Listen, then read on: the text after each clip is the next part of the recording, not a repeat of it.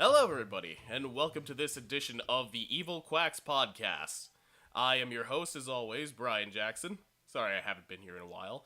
And joining me today, we have Kevin Brady. Hello. And our special guests. First and foremost, we have Andres joining us Not again. Not special, but okay. Too bad, you're special to me. We also have making her debut in any of our podcasts, Amanda. I think I also haven't done any of the Let's Plays either. That is correct. This is your content debut outside of our intro video. And then last but certainly not least, our other special guest, we have Stephen Mazzeo. Hey guys, what's up? No, seriously though, how am I special guest? I'm on the team and I've been in like all the Let's Plays. Oh my god, Andres! Wait a minute. Just deal with it. All right. Mazzeo, thank you for joining us. I'm happy to be here, guys. Should be a fun time. Thanks. He's just saying that at this point. Thank you for being here despite And Andres. in a special appearance, Mario will be in Super Smash Bros. as a guest character. Oh my god. Andres, you're getting way too hung up on this. I'm going to stay hung up on this for a while. Andres, we've already spent like 6 minutes trying to sync everybody's just It's been complicated. Just let's get on with it, Andres. Okay, so would we like to move on to our first segment? No, Does Mazzeo want to say why he's here? Oh, yes, that's true.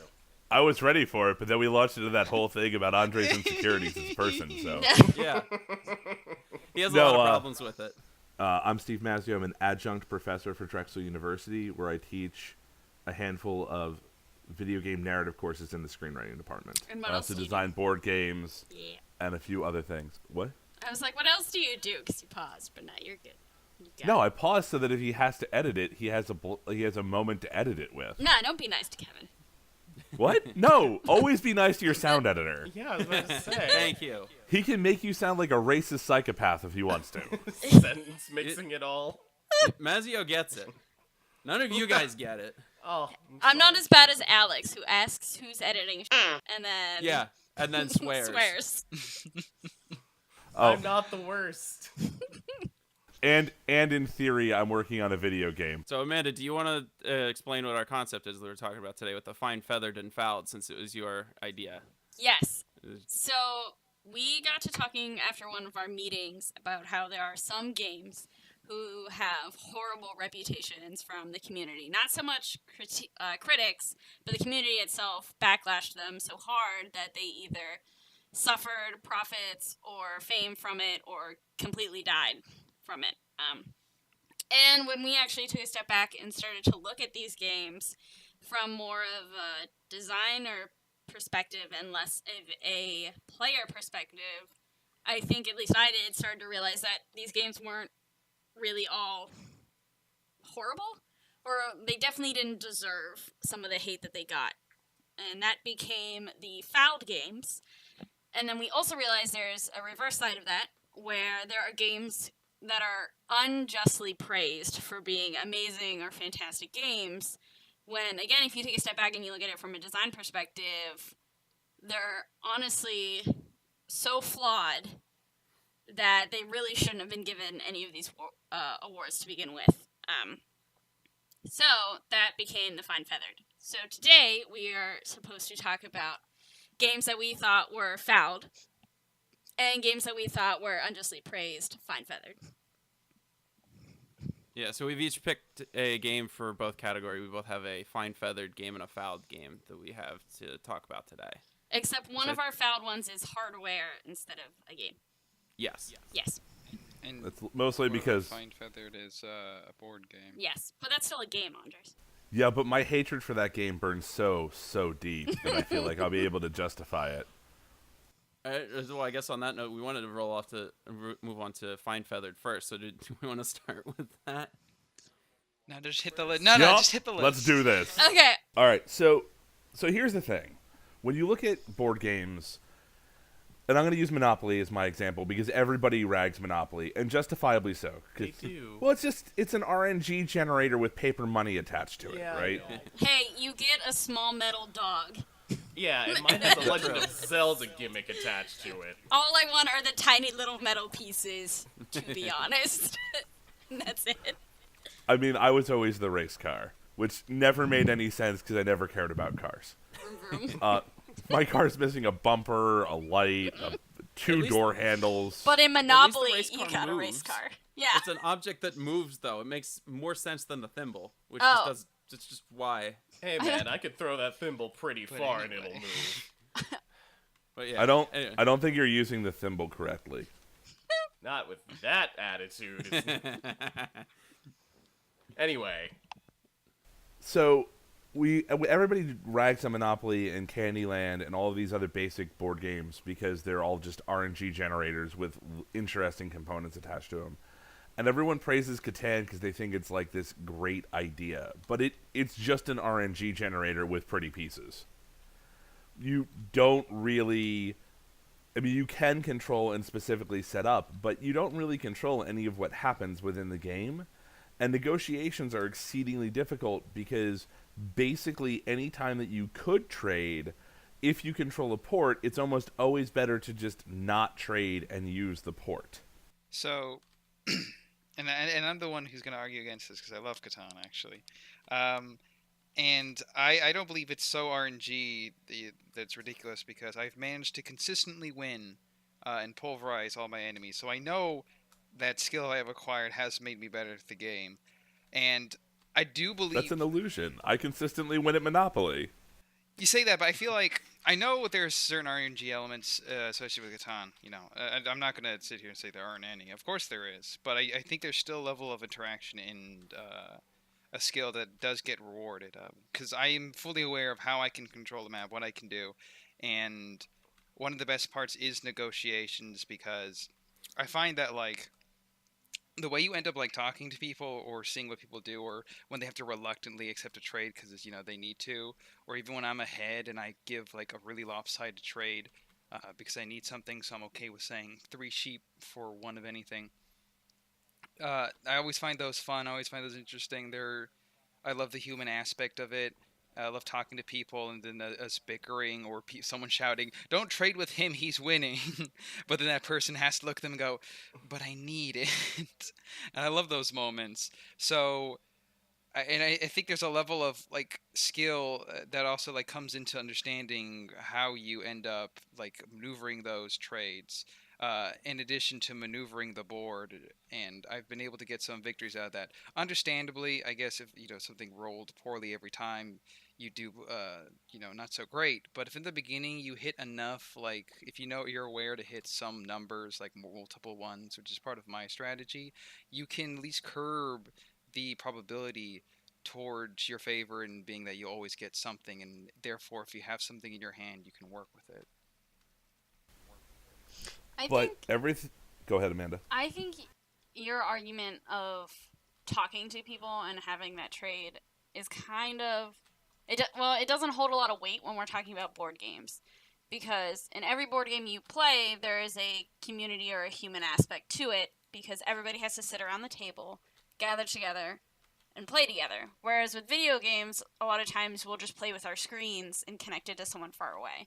So I feel like your argument where I like having that personal connection isn't specific to Settlers of Catan. It's specific to board games in general, which is why I don't think that argument can actually be used in benefit of Settlers. I think your other points are okay, but I think that argument we should kind of stay away from because it's because all board it games opens offer that the opportunity community. for that. If it was just purely RNG, because like there's not really much discussion that's going to happen in like Choose Your Ladders or Monopoly, but like there's that room for negotiation always in Catan, and often it benches on that. So there's a lot of incentive to communicate. There's a lot of reason to, and it becomes like a big part of the game, and a lot of the fun interactions thrive with that option. Okay. That's why. All right, so that's then why I let's mention it so much. Well, actually... Go ahead, Mazzeo. I was going to say, let's talk Go Fish, because... Well, no, but every component of that negotiation and trading is present in Monopoly. And Catan is praised for that exact scenario, and Monopoly is damned for it. Or, I guess... fouled for it. Thank you. Mm-hmm. I was staring at the word and I still couldn't say it. No, I got it's probably you. because at the very least, Catan's like inner mechanics have a lot more depth to them than Monopoly. Because Monopoly, you roll your die, you land where you land, like that's it. How does that So difference in you resource have about generation? 3-4 in Catan? turns, 4 die rolls that are going to determine whether or not you get something. And whatever you end up getting in your hand may spur you to going, okay, I'm going to gamble on a resource card, or okay, I'm pretty sure he needs this because he has no houses anywhere near stone, so I can weigh this. But how is that different than trading property Because you in always have Monopoly? these opportunities, Yeah. but most likely Monopoly, something you have, no one wants. Or if they have all the railroads, why the hell would they trade with you? Like, the things that you own in Monopoly are, like, very valuable, and there's not always much of a reason to trade it. While in Catan, like, it's always available and it's always necessary to get to make the progress that you need to make in it. And you always have these resources to trade, even if you're first or you're last, you always have something to trade. And no reason to hog onto your resources because it's actually detrimental. That I think- exactly. No, go ahead. I think one of the big reasons as to why that difference is made is that a game of Monopoly can take hours to finish and could potentially result in you getting to a point where you know you're not going to win, but you're in a slow, protracted death of just like, Oh, yeah. you're like, I'm going to lose in about an hour and a half. But Catan, I think it has a little bit faster turnaround because I don't think I've played a game that's gone really like over an hour or too far over an hour. So like if you do have that point where you're like, yes, it is an RNG and I'm going to lose from this, but then the game's going to be done sooner and then you can do it again kind of thing. It's like if you were to play a slot machine with the RNG, but the slot machine didn't didn't let you be done for about 4 hours. And I think you can steer a lot of the RNG in your favor in Catan, where you can't really in Monopoly. Kind of just what you roll is what you roll. You can't steer the dice a certain way, but you can always place settlements in separating places to cover your numbers, or to get the numbers that are more common. Or place your roads to at least limit the options of your opponents, so that way they don't benefit from a lot of the die rolls. So leveling the playing ground or steering it in your favor again. So I'm guessing you don't actually play with the auction rules of Monopoly. Yeah. No, I don't No. think I really have played Should with not. auction. I've done unofficial auction, but Would you What like is to it? describe the mechanic to Yeah. the podcast? I don't really have a good way of doing No, it. Brian Mazzeo, who brought it up, who Oh, probably knows okay, it. I'm so sorry. Brian, you who doesn't know what you're talking about, you explain it to us, please. Please. Okay, so this one time when the dinosaurs landed on Mars. Okay. All right, I actually have a good summary for this. At least I hope it's a good summary for this.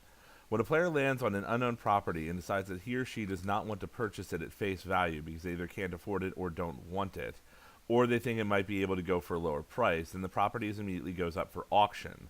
The banker conducts the auction and puts the property up for bidding starting at $1 regardless of the original face value of the property. Any player, including the one who landed on it, can decline to purchase it originally, can bid on the property. Any player can name a price. There is no sequential order to how bids are offered.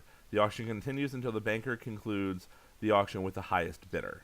Well, that still just benefits the person with the most money, though, doesn't it? Like, they can really decide whether or not they're gonna get this or not, because ultimately they can outbid everyone else. So if it's, for say, a situation where they have two of the ones that are already like are for that color, for that section or whatever, like they're definitely gonna nab it, as opposed to other people who might.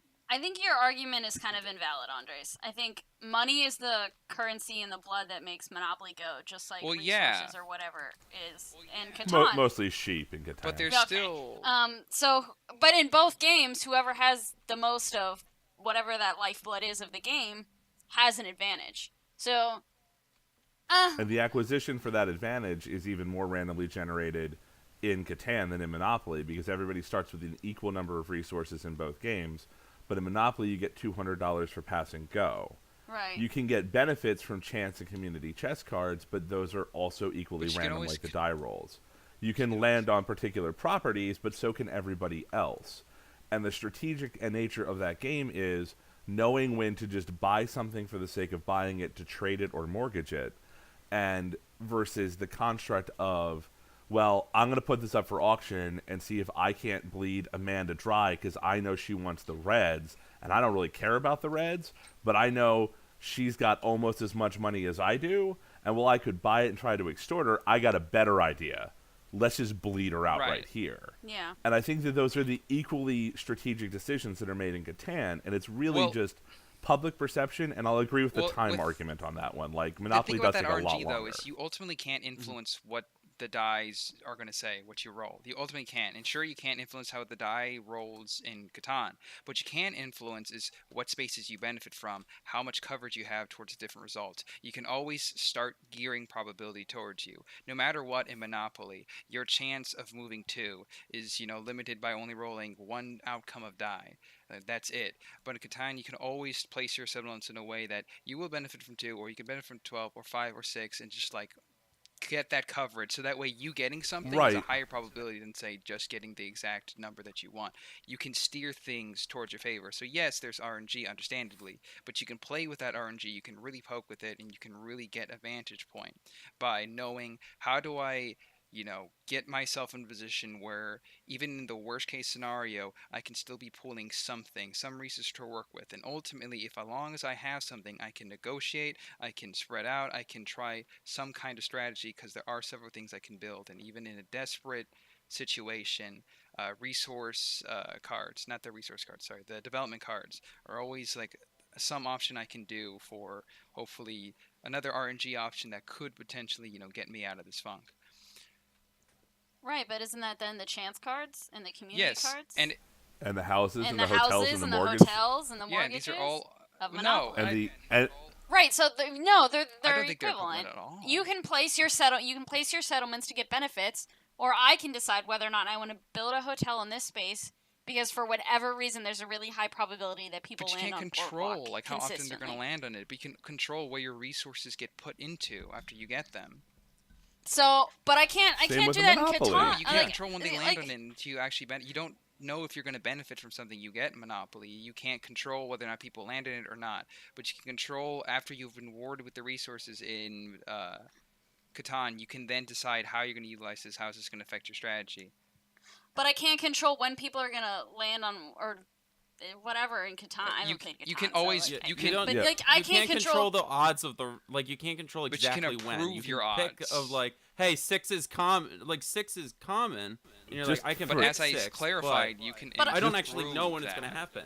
But I can't. Just for the record, the bell curve for all RNG. Andres. Actually, that's not true, because in Monopoly, it's the same 2d6 system, which makes 7 the most likely roll. And if you really want to strategize it, you can build off of a progressive series of players rolling approximately 7 to see where the pattern of falls goes over the course of several turns. That's no different than trying to take a 6 hoping for an in exact, Catan. That's still gaming the odds. probability that you're betting on, as opposed to one that you're increasing and you're playing with. Which is what you do in Catan. No. You can you can spread your settlements cover more numbers. When you say I want this settlement next to a 6. You're picking it because you're but hoping then you build roll it against 6s. a 5 and a 4. We had that game, Andres, where Alex had a common number. And he had a 7 or something, and the game because just he didn't only give it to built him. for it. It Because just he doesn't only built happen. for it, and he didn't spread out his numbers. I always consider the fact that Right, sometimes so if you're I only only gonna get build 10 my and 11s, hotels- and sometimes you want to spread to these other numbers. Spread your coverage. Gear the probability towards you. Right. But you can't do Right. that. So in That's why Monopoly, I'm not going to put all my eggs on Boardwalk. I'm going to spread out my hotels and my the only way properties, so that even if, so it's the same concept, Andres. I'm not going to put all of my properties in one corner and pray someone lands on that corner. Instead, I'm going to spread it out in a distance that I'm okay, if 7's the standard number, then if they hit 7 here, then here's their loop around the board and the odds and chances of it. Which is the same thing that you are doing in Catan when you are placing settlements. No. Settlements Yes, are not simply as that, because in order to build anything, depends fully on this RNG that you cannot increase your probability of getting or anything. And then finally benefiting it is something that's not easily at all increased probability-wise, because again, the dice are set. Sure, you spread out, sure, and whatnot, but ultimately, that doesn't skew the odds in your favor. Him rolling a 6 is not going to be beneficial to you. It's only if he gets a 4 potentially at this point. So how is it beneficial because in when Catan? you spread out more, it doesn't matter what the roll dice, at some point you will be benefiting most likely. So how is that different than getting 2 monopolies and getting 2 different properties either adjacent and hoping that they're going to have to roll in a series of 8 available spaces, you own 6, or taking them on different parts of the board, hoping that if they miss this and land off of you, then they're going to hit you next time. Yeah. That's I the same say though thing. it's still more elaborate in Catan, where there's still another level of strategy after it when you get your resources and then decide ultimately, how am I going to use this and how am I going to utilize this? It's just deciding where you're going to build houses, Or And roads, where I'm properties gonna you're spend going to my money, mortgage or where I'm gonna trade. invest. It's the Andres, it's still the tiles are like the properties in Monopoly, and Yeah. then you decide to build houses on them that then you build up to hotels with the comparison to the settlement, so that you get more when you happen to get that roll. In fact, I would actually say that Monopoly is more complicated because I can always resell the houses or mortgage the properties to get me out of a jam, and I can't Right. reliably, unless I control a specific spot on the board of Catan, limiting my resource generation, get You a can port to always trade even utilize roads though to cut people off and start controlling the map that way. It's another layer down. I can't That's the always do same- that, Andres. If some builds the longest road down the Yeah, middle of the map, but there's something you then can it's do kind of about hard that for me to early use on. roads. If you place, for instance, your starting settlement near some lumber or some clay, to immediately get your foot out there and say, I'm going to prevent anything happening. So But then what spread is out he my- giving up? He's giving up two In my resources. experience, I can't do anything about it. I've tried, and you always build the longest because road, Well, despite every Kev- I single know how to effort. work the game. Kevin's 100% correct. Catan has a significant snowball issue wherein if I do seize control and elect to not build settlements and take fewer resources, but build enough roads, it's permanently controlled. The game is over. Versus Monopoly, where it's like, well, maybe I can make a trade or really jank some financing together. The reason Monopoly has the reputation it has is its length and the fact that people don't actually read the rules. Everyone just thinks they know how to play it. Catan has been thoroughly examined because people play it in competitions and things like that. But realistically, it's just a shorter version of an RNG generator with a basic resource management is, system I've- attached to it. It does I've not been in deserve tight the praise spots it in gets. Catan where I didn't necessarily snowball a lot of control, and I've been in tight spots and I figured out different strategies on how to maneuver around it. Whether it be simply move to one port, build up this small portion here, and try to at least slow down someone else's success. Can I ask a question relative to that? Was any of it sitting there waiting patiently while people rolled the right numbers to give you resources? Because I feel like all of it should be. I don't understand the question. What? No, I actually don't understand what.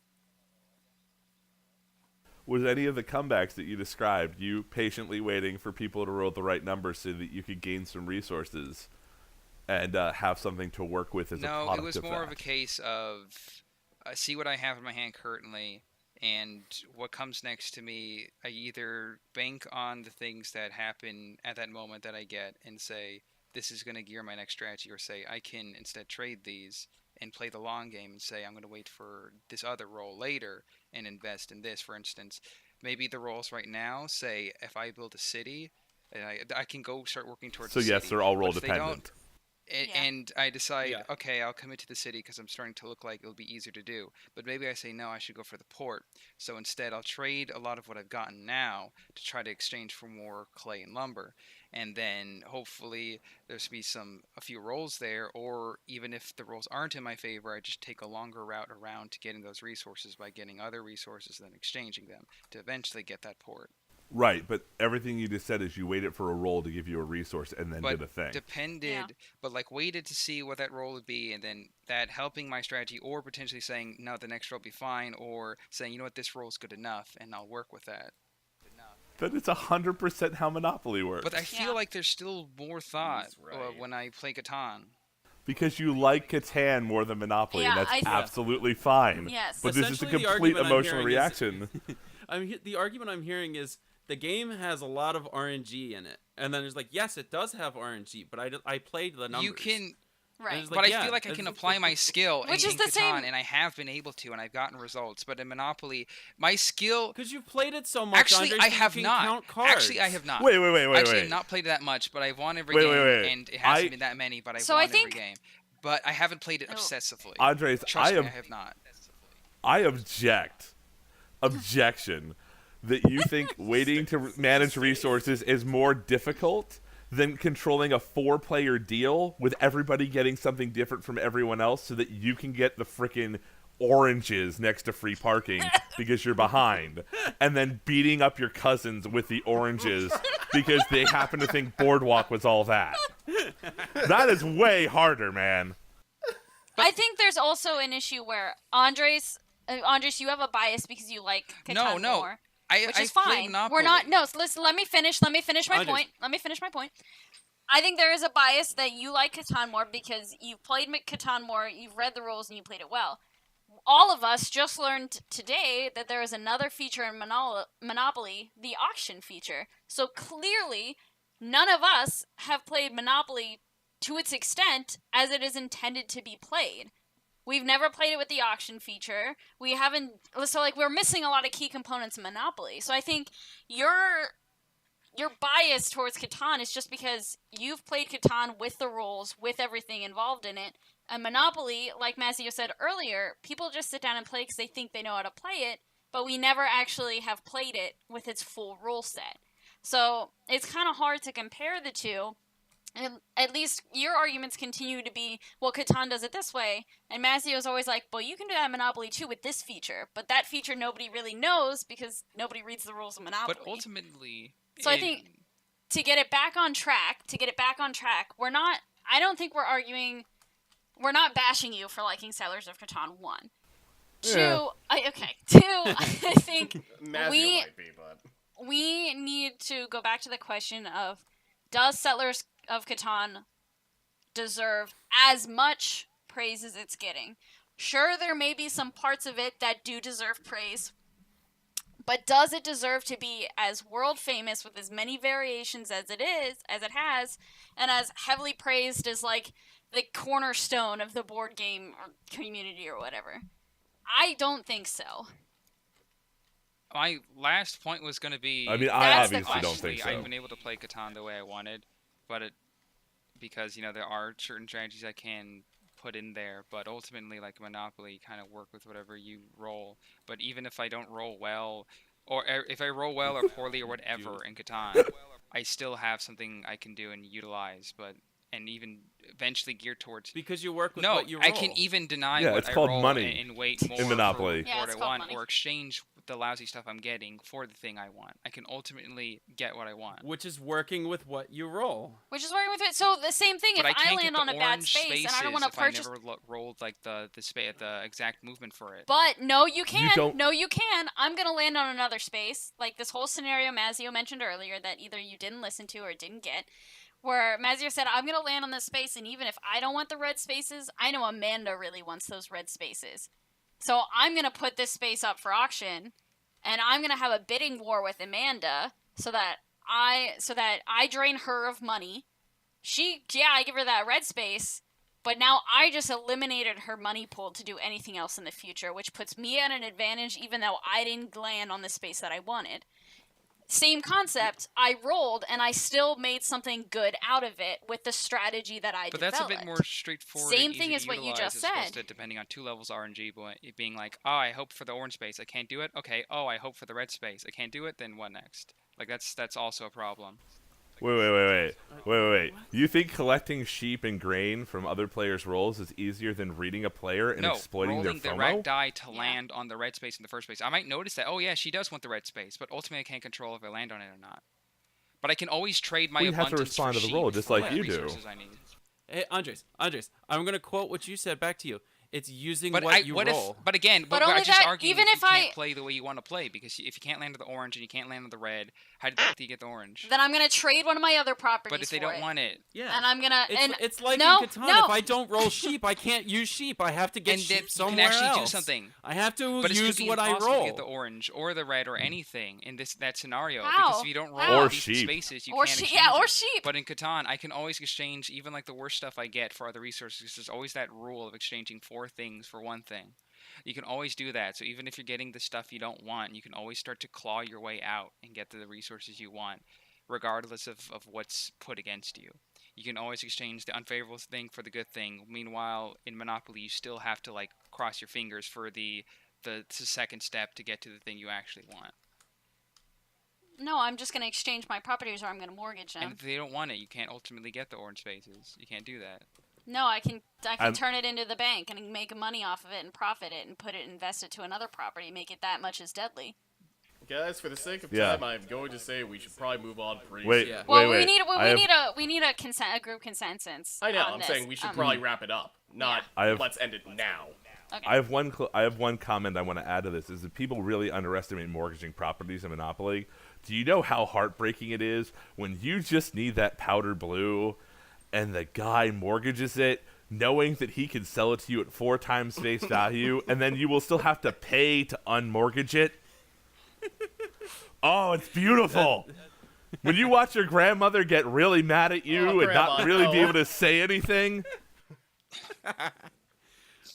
I mean, I have a special place in my heart for Monopoly because I grew up playing it, but never in Catan can you actually exploit the Cardassian victory condition of you haven't won when your opponent surrenders. You've won when your opponent knows they were wrong to go against you in the first place. And you can usually accomplish that in Monopoly. And Andres, I want to see you play Splendor, which is a wonderful board game that doesn't rely on RNG. Splendor's, yeah, okay. So, group consensus. Does Settlers of Catan deserve as much praise as it gets? I vote no. Same here. Nope, I I will agree. say- I don't no. know how much praise it actually Andres. gets.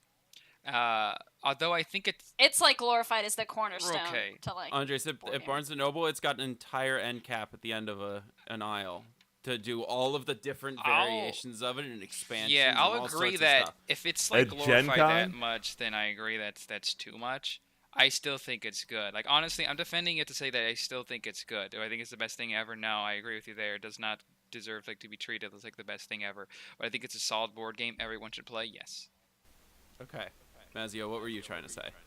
Oh no, I was going to say one better is at Gen Con. It has multiple tournaments, multiple locations, and even in the vendor hall, it occupies an obscenely expensive amount of square footage for wow. just Catan, so that when you come and play it, they give you little bonus cards that you get extra cards for. I know people that pay to go to Gen... Well, I don't know them. I met people that went to Gen Con and paid the very reasonable but very expensive price to go to that amazing convention, and then spent 2 of their 4 days playing Catan so they could accumulate like Catan swag. That is that's a Jeez. bit much because I don't think it's like Yeah. as far as depth goes, it's not like that far above Monopoly. I agree with you there. I still think it's above. That's why I'm arguing for it. But yeah, no, I don't think it's like so profoundly in depth that I'd have this whole thing for it. Yeah, that does sound like excessive. So group consensus is Settlers of Catan does not deserve to be as fine feathered as it is. Somebody slam a gavel. I don't have a Thanks. gavel. I didn't bring Okay. one. Court adjourned. Nice. So our next games within Fine Feathered are Anthem, Warframe, Xeno, or Far Cry. I Who am wants to taking go out next? Anthem. Oh, you're taking out Anthem? Yes, I don't have enough info on it. Although Okay, it's JK. funny because if you 3 did talk games. about it, then it'd be a Yeah. case of it has been received so poorly. So your argument would be like it hasn't been received poorly enough, and I kind of agree with that. We haven't dug Because a especially deep when enough it comes grave out with like all for it. the stuff that the Bioware employees are going through and how they haven't like followed that through any of their promises, which is like the only thing their player base was hoping for. That's just like that's a new level of low. All right. Well, anyway, so So which one do we removing want to do Warframe. next then? So removing Anthem, we have Warframe, Xeno, and Far Cry. Who wants to go next? I can go next with Far Cry. All right. And for Far Cry 5 specifically. Yes. Sorry. So I like to play a lot of RPG games and adventure stuff. And I've seen, well, like when Far Cry 5 came out, that it was like hailed as a great open world adventure game with like this great journey to go on, and that the villain was interesting. And I think that its structure is kind of like nobody really talks about how the structure is really bland in it with the story. They split up the map into 3 areas that then have a villain associated with each one. You have to defeat all 3 areas, and then you get to beat the final boss. But they just kind of made all of the 3 areas the same, and you could do them in any order, really. And because they set them all to be 3 things at the beginning, it's essentially like you start at level 1 again every time you go to do a new spot. It felt like it didn't have any kind of flow to it because of the structure they tried to set up for it. So basically, all of it disconnected, I suppose. It felt like it was trying to be like 3 games at once, kind of, but the same thing. Hmm. I don't know. You had the first area, then you do the first area, and then the second area is pretty much the same structure as the first area with the same activities. Just a different villain who's not that much different from the first villain. And then you do the same stuff again through the same story structure to beat that villain. And then you go to the next one, which is the same thing a third time. Wasn't the whole shtick with Far Cry 5 that it was like a political statement? They don't even really do that. They don't even that was talk the in anything response. like So that. some people said, "Oh, like it's pretty vague and inoffensive," even though it tried to like have kind of this sheen of like, "Oh, we're saying something," but ultimately didn't. People had a problem with that. There's Far Cry for me I've seen it get hailed kind of on that it's a great open world playground thing, and I feel like for a single player game like that it has to have some kind of thread through it to enjoy the adventure. Yeah. And when I'm stopping and starting to go through one villain, beat the villain, through one story structure with you play for about 3/4 of this bar, then you've gotten the villain's attention. You do a mission where the villain shows up and says, "Hi, I'm so-and-so and I don't like you."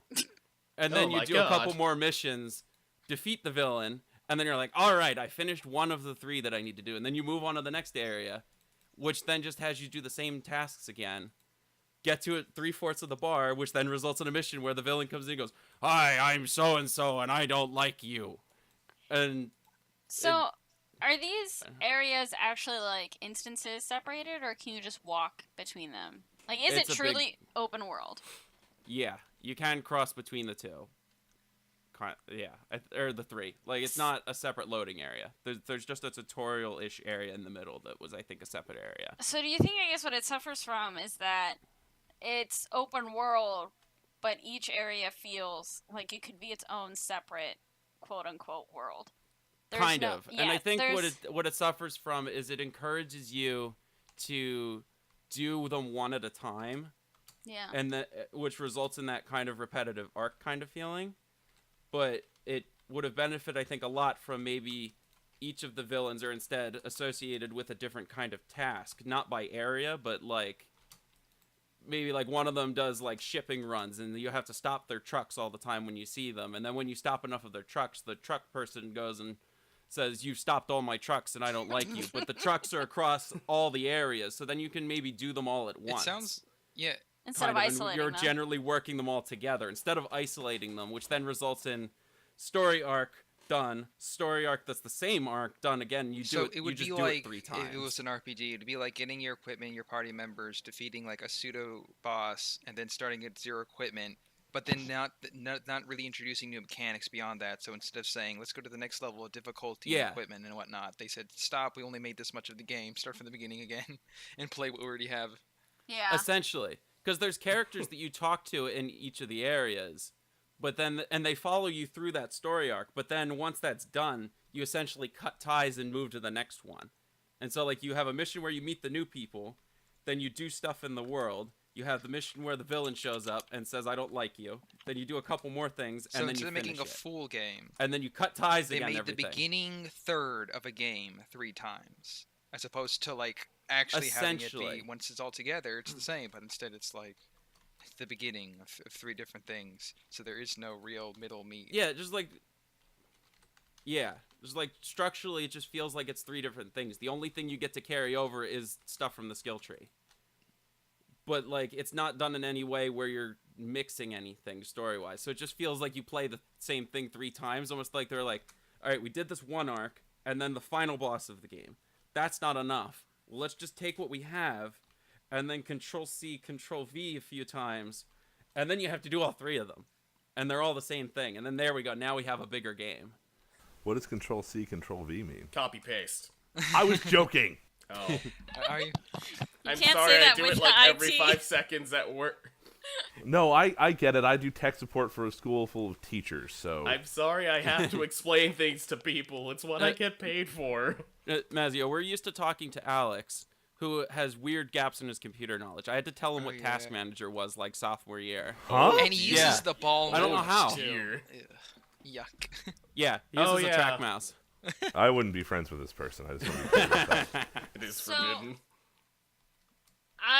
looking at the Polygon review of it, I think they almost agree with you, or they say a horrible story ruins an enjoyable world. The Polygon review is the only one I really saw that I felt like agreed with me. All the others were like, it's great. Yeah. 9.5 out of 10. Yeah. I was like, it's not. No. I couldn't finish it because I just was doing the same thing over again. Yeah, and like without IGN. that kind of... IGN has it as a 9 out of 10, and Polygon has it as a 6.5 out of 10. Yeah, like it very Big much difference. suffers from that. Like Yeah. when you do like an RPG world, the things like feel like they could. There's like the. Yeah, like the For context, Freud, for context of our laughter, Yeah, I think. Mazzeo decided to post, how do you properly hold an auction in Monopoly, to our group chat to help educate us in the Monopoly. No. I'm so confused right now because when I researched this game, like they're like it sold the best of any Far Cry game. I'm like, all right, and then everything else I found about it was this is a dumpster fire of horrors and terror. Why do people play this game? I'm like, I loved Far Cry 4. I didn't get to Far Cry 5. Primal was interesting. I don't know why I would pay you money for what basically feels like you poking me in the eye. I don't understand. And then, like, I didn't even hear Kevin's argument before this, and I'm like, well, now I definitely don't want to play this game. Why did anyone like this? Yeah, that was what I was confused, because I saw the good reviews from all the review sites. I was like, no, what?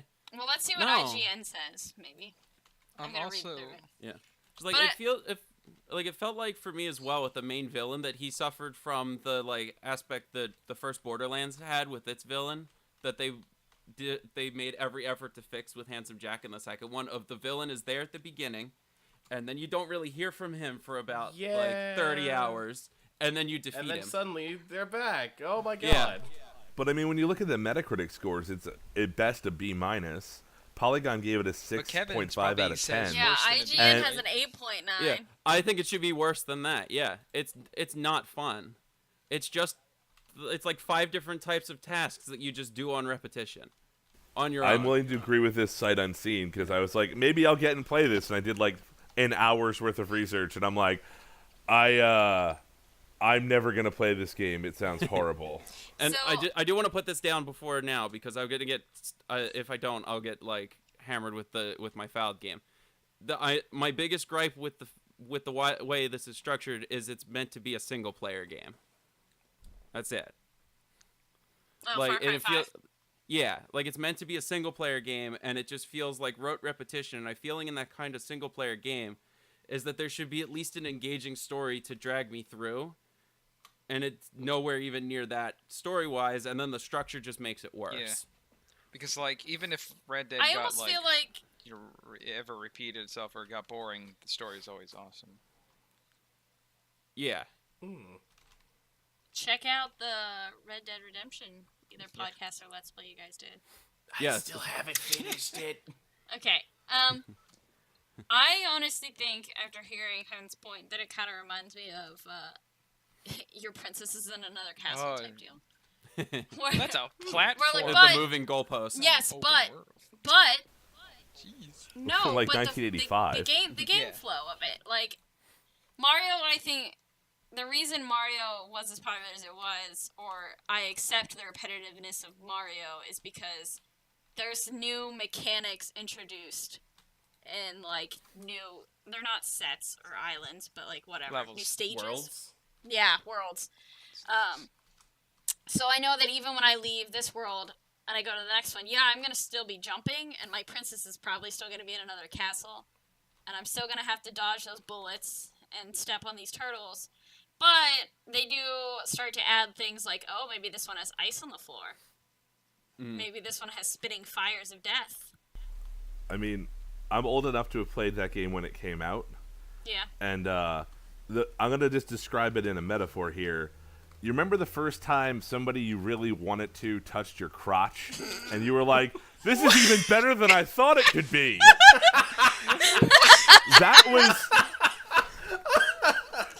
That was what turning the Nintendo on and I don't playing know, Super Master, Mario all I was really like. heard, I think all I Because really there heard had- and imagined was you sitting next to Mario on a couch and him making a move. That's what I. I mean, Don't worry. I mean, I'm open in to another it. cast. He's a plumber. He's Oh, wow. a plumber. He probably makes a lot of money, you know. And he's probably handy, so you He got finds that gold going coins for you. regularly. No, He like spends them there on had been video lives all the games. time. He knows his way around some pipes. He's a Just blue saying. collar job. Yeah. And he's got like a good feel for planting. He's not that impressed with Fane. His brother He's- is way better. Look, though. there's a lot of good His brother reasons. is way better, though. There's a lot of good reasons to sleep with Mario. All That's right, not and this if you're podcast, though. That's a great line to have out of context. It's like, in summary, there's a lot of good reasons to sleep with Mario. But I mean, like it was the same with GoldenEye. Like when GoldenEye came out, like there had been shooters and things like that before, but it was like, ha, oh, I didn't know it could be that good. Let's do this again right now. But I feel like the problem is that like Far Cry kind of developed that with Far Cry 3, right, with the Neon Lotus and everything, and 4 and Primal offered you something new and interesting, and I feel like 5 just got carried under like the Call of Duty principle of a whole bunch of people are used to playing this franchise, so they played this franchise, even though it sounds like there was nothing particularly good about this game. Yeah. I think even in the IGN review, which gave it like an 8.9, it says there's a certain amount of sameness to the gameplay. The tasks Yeah. required of you, the weapons at your disposal, and the now cliche supernatural dream sequences are all so similar to Far Cry 3 and 4 that there isn't much by way of surprises. It's Enjoy. like it's a lot of the reason why don't need to play any of the new Assassin's Creed games. You know, these games are pumped out, you know, regularly and try to appeal to that sameness idea. Year after year. Yeah, where it's Yep. it's more about always giving them I would something actually- to giving the consumer something to eat rather than actually make a new experience. I actually kind of disagree with that, only because Origins changed up their entire combat system. Yeah, And everyone really liked Origins for it. I think they always the, did. the Some of them always king- add something new. the king of this issue where sameness, where I know I'm gonna make a game and everyone's gonna play it because this name is attached to it. I Is know Pokemon. exactly where you're going. Is Yep. Pokemon. It is the king on that pile of in the corner I love Pokemon. where Pokemon's gonna produce a game that the only thing they did was swap out sprites and graphics. And maybe added 1 or 2 new features and then copy and pasted the code from all the other ones. And they know Yeah. it's going to sell well. They know people are going to buy it. And they know people are going to play it because the Pokemon looks cute. No, look, you can put a little hat on Pikachu now. All the fangirls are going to squeal. We're going to make millions. But I think that could be probably what happened with Far Cry 5 is that they were like, well, it's a Far Cry game. People are going to get it. But unfortunately, when you only make 1/3 of the game and then you copy and paste it, Yep. it becomes That's noticeable. and that's what I think just drives home that like feeling, because you get the same, because it has to start you at the beginning of the story for each area since it doesn't know what you're doing. Right. That there's some mission types that when you play them, you can see that it's kind of set up like it's supposed to be the first time you're doing it, but because you're not doing it the first time, you just get that the tooltip doesn't show up with like, let's say like the first time you're driving a car in the game. You have a mission that's very set that you can see that it's set up to be this is an easy car mission so that you can get the feeling of driving a car. And then the little tooltip with all the buttons for driving a car shows up. Right. The only difference when you do it the second time is you don't get the little pop-up. It still feels like you're back to like the tutorial level on car Driving driving. car. And it's kind of just like, I know how to drive the car. You don't have to take it this easy on me. I know what I'm doing. Not for any sexual reason, but can you put a Mario hat on Oh. Pikachu? Probably. I don't know. I didn't get that far in Pokemon Let's Go. I'm just saying, Chill as hell. Hat Pikachu low frickin' tier. So, I think that I could honestly talk about another problem with this game for a while, so I'm not going to. But I think the core, I guess, that I This argument. also think of the Far Cry 5 is that they try to give you an open world, and they think that open world means players have complete freedom, when that's not how open worlds are. Like, a lot of there was a GDC talk about this, and I can't remember it, but if I find it, I will send it to you all and maybe link it in the Patreon somewhere or YouTube description, whatever, wherever this goes. But they talk about how whenever you're developing an open world, it's not here's the world, go do whatever you want in it.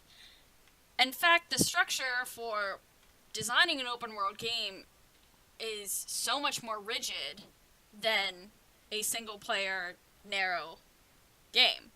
Like, yeah, you have to account for that the player may not do this, like these side quests in any specific order, but there has to be a way for you to keep the player on track still, while still giving them the freedom to travel the world. And I feel like with Far Cry 5, their solution is we're going to give them an open world, but instead, we're just going to reset them every time, which is like almost a failure in of itself. But I don't know. I feel like in a separate podcast, we can maybe talk about structure in stories and games, which Mazzeo, you are more than welcome probably to rejoin us for that one if we end up doing it. Awesome. I'll totally come back for that. So how you structure an open world game is completely different than how you structure a single solo game that you have like rigid areas for it. And I think Far Cry 5 structured the story for that rigid areas when it should have structured it for open world. And I guess that would be the key thing of what I'm getting. So let's wrap up Far Cry 5 unless anyone else has anything else they want to say on it. No, Nope. Group consensus, after hearing Kevin's argument, doing some research on our own outside, does Far Cry 5 deserve the 8.9 rating that IGN gave it, or the 6.5 rating that Polygon gave it, or even lower? Maybe like a 4. Ouch. Kevin's going 4. Ooh. Hella Yeah. ouch. What's a 4? Like too drunk to stand up on a Friday night? If you said 5 was average, like Wow. I hate the modern way of like rating games like grade school because it's not grade school. Like if you just want to say 5 is average, honestly, I prefer like 5 is average as opposed to saying 75 is. It's weird. Yeah. Yeah, I'd say if they had done the same structure as Far Cry 4, just in a different location, it'd probably kind of that like average 5 because it's the same game again. But if you liked it, But since you they could go did back the start and stop, it's and worse. just play so more. It's a 4. Yeah, it's worse. okay. So it's like 4. Cool. So we think that Far Cry 5 does not deserve to be as fine-feathered as it is. Yes. Awesome. Conclusion reached. Court Hit that gavel. adjourned. Thanks. I need an now- actual gavel now. Should we just work up the list since we've already started at the bottom of our fine feathered and then moved up one? Should we just do Sure. Xenoblade next then? God. but I guess so. it's It's you and me, Just let me Andres. I'm gonna can we pause? Whatever Yes. you edit, I need to go to the bathroom, so can we just take a brief minute break and then come back? Okay. Yeah. And I could just do a time lapse on this and put some like happy background music or something. Like the intermission music from Monty Python.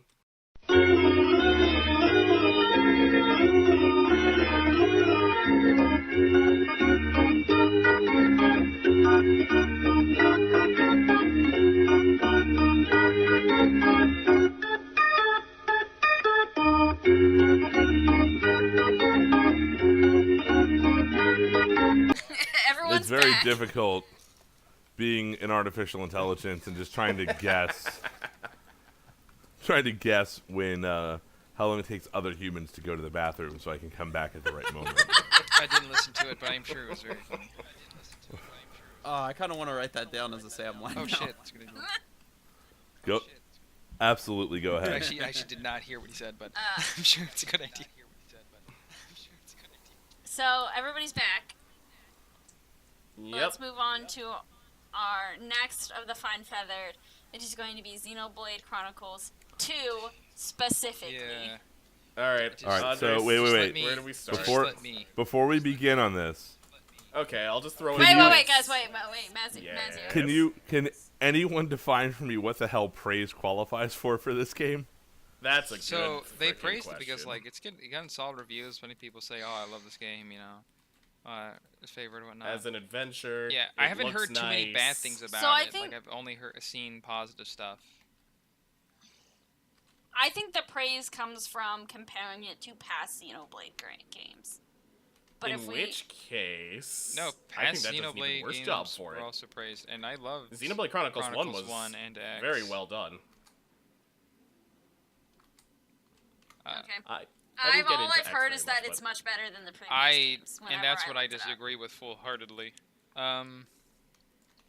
So tell us a little bit about the game. Tell us why So you think it should be I kind of want a fine-feathered. pretext saying like I loved Chronicles and X, and so when it was coming into 2, I tried to love it. Like, trust me. I went in not with high expectations. Like, I had a feeling, like, I'm probably gonna like Chronicles 1 more overall.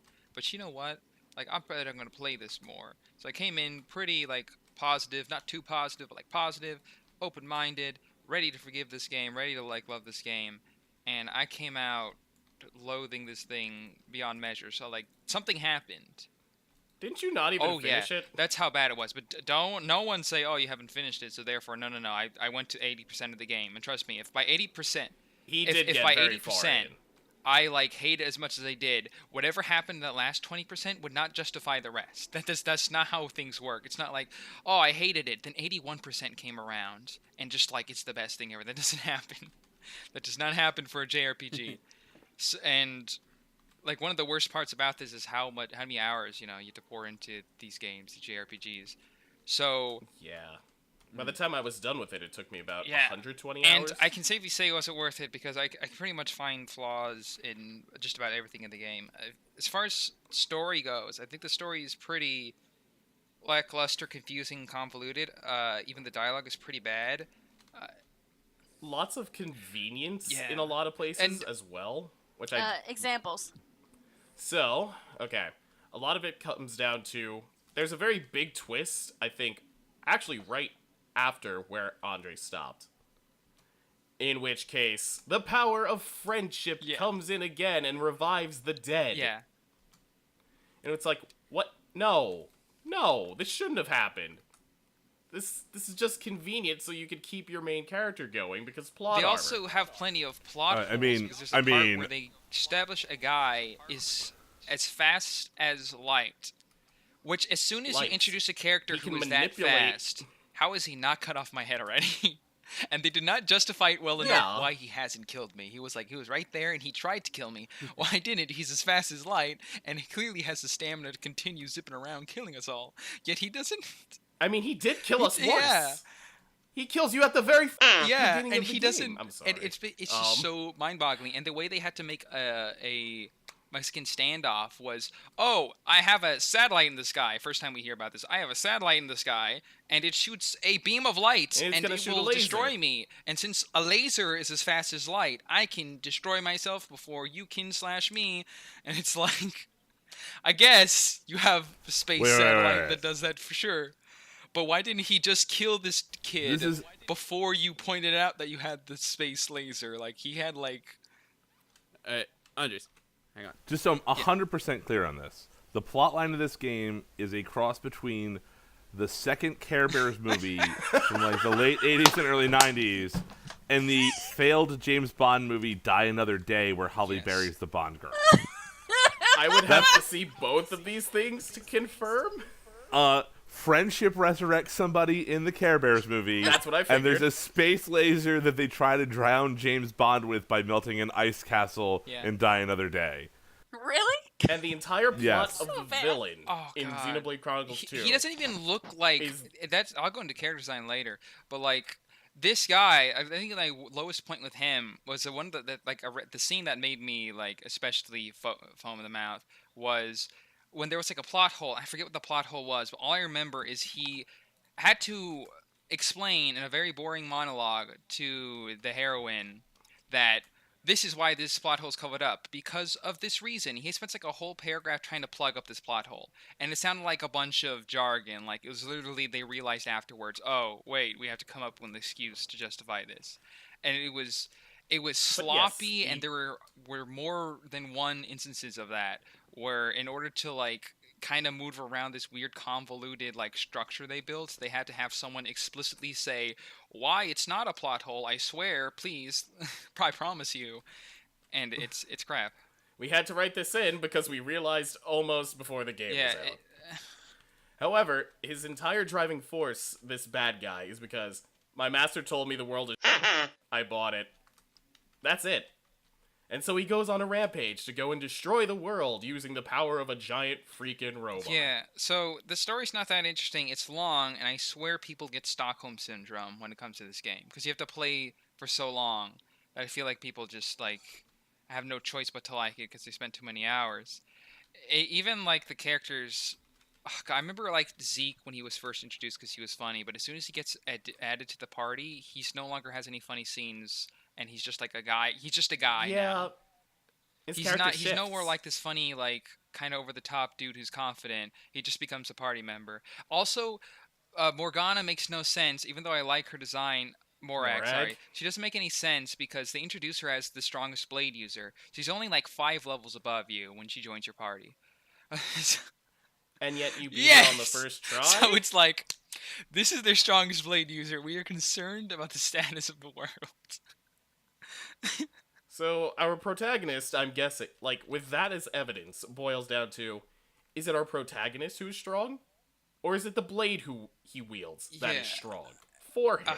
And then I want to go to character design. The reason why I find the character design pretty nonsensical, because if you look at the character design of like the protagonist and Nia, right? They're pretty anime, they're pretty chibi, but they didn't keep that up for the rest of the design. So when you go to a village, all the people look like regular humans from like Xenoblade Chronicles 1. They look like Shulk, Shulk body proportions, regular human people, like, hey, what's up? And then you're this little anime character, and it really like spun my brain every time I was in like a regular village talking to regular villagers, being like, I'm an alien to these people because my head is the size of their abdomen. Hang on. Yeah. Go on, Kevin. I'm not really familiar with what you're talking Their about. Their heads are bigger, their eyes are bigger, they look like 2D cartoons. Proportions they're don't different matter. proportions. So almost like if you had like a normal proportion human and then like a villager from Animal Crossing walking like that. Yeah, exactly kind of. like that. Right. Also, that's a solid comparison. I just want to make sure I have the image. So it's bizarre, and it's not just the regular villagers. You Even other people in your party will have regular portions, and then standing next to those people. So it's. Or Kevin. Yes. Play as your me in Super Smash Brothers. Gotcha. Next to Shulk. There you go. Right. Yeah, next to Shulk. Thank you. And the difference in the designs also like is very evident in the fact that even though these characters became more anime, the monsters and whatnot all stayed as realistic, hyper realistic as they were in the previous 2 games, where everything was like realism. Yeah. So it's kind of like they just carried over. A style didn't blend. Yeah, they carried with over each all other. Xenoblade and said, we actually want anime characters to be the main 2 characters, and then swapped them out. And it bothers the eye when you really look at it.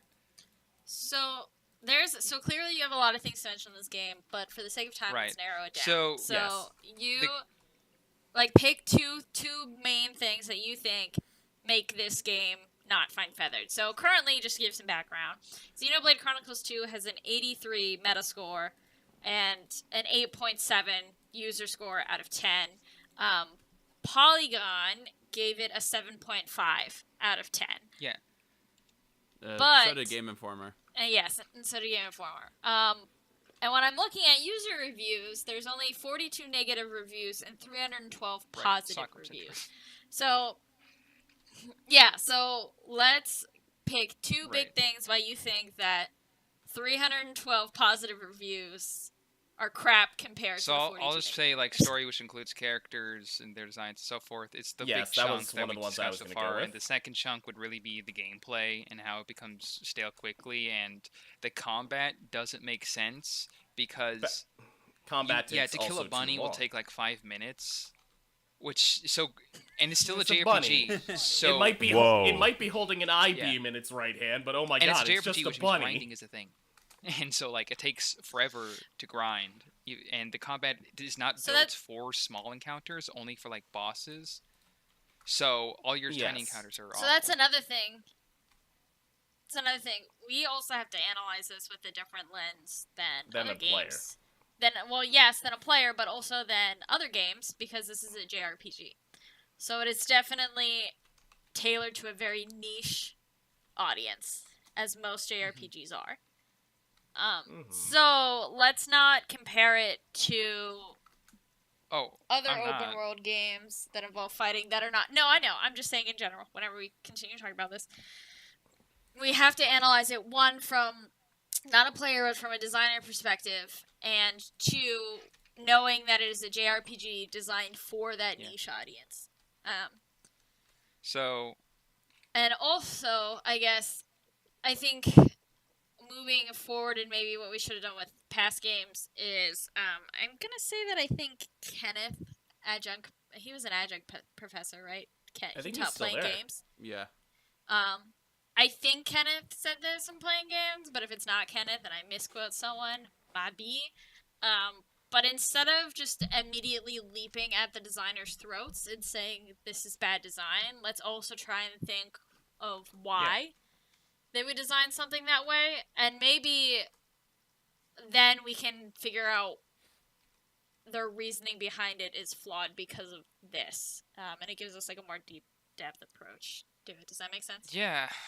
Yeah. So so like for an example with like Far Cry, like they may have been intending to have that they wanted this cult family that was the setup for the story, and that you would have freedom to take out members in your own in order of your choosing, but they end up kind of with too much setup, and the restart is what ends up being the flaw in that setup.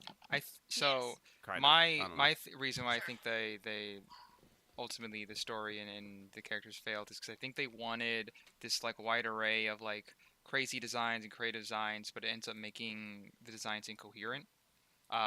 Because they like wanted the familiarity of the previous games, but then went like wild with some of the character designs to the point where I even chuckled when I first saw like the grouping of 3 characters with absurd designs together. Because I guess they just wanted to be super creative and out there and make characters stand out, but it gets to the point of nauseum. And the story, same thing. They tried to make it convoluted or like big brain, like to really go out there and say, look at like, what if this is happening and this crazy stuff is, and you don't understand this and whatnot, and it ends up being just babble. So I think they just got messy with it, where they wanted to do a lot and they wanted to be like really complex, but ends up just being convoluted and messy.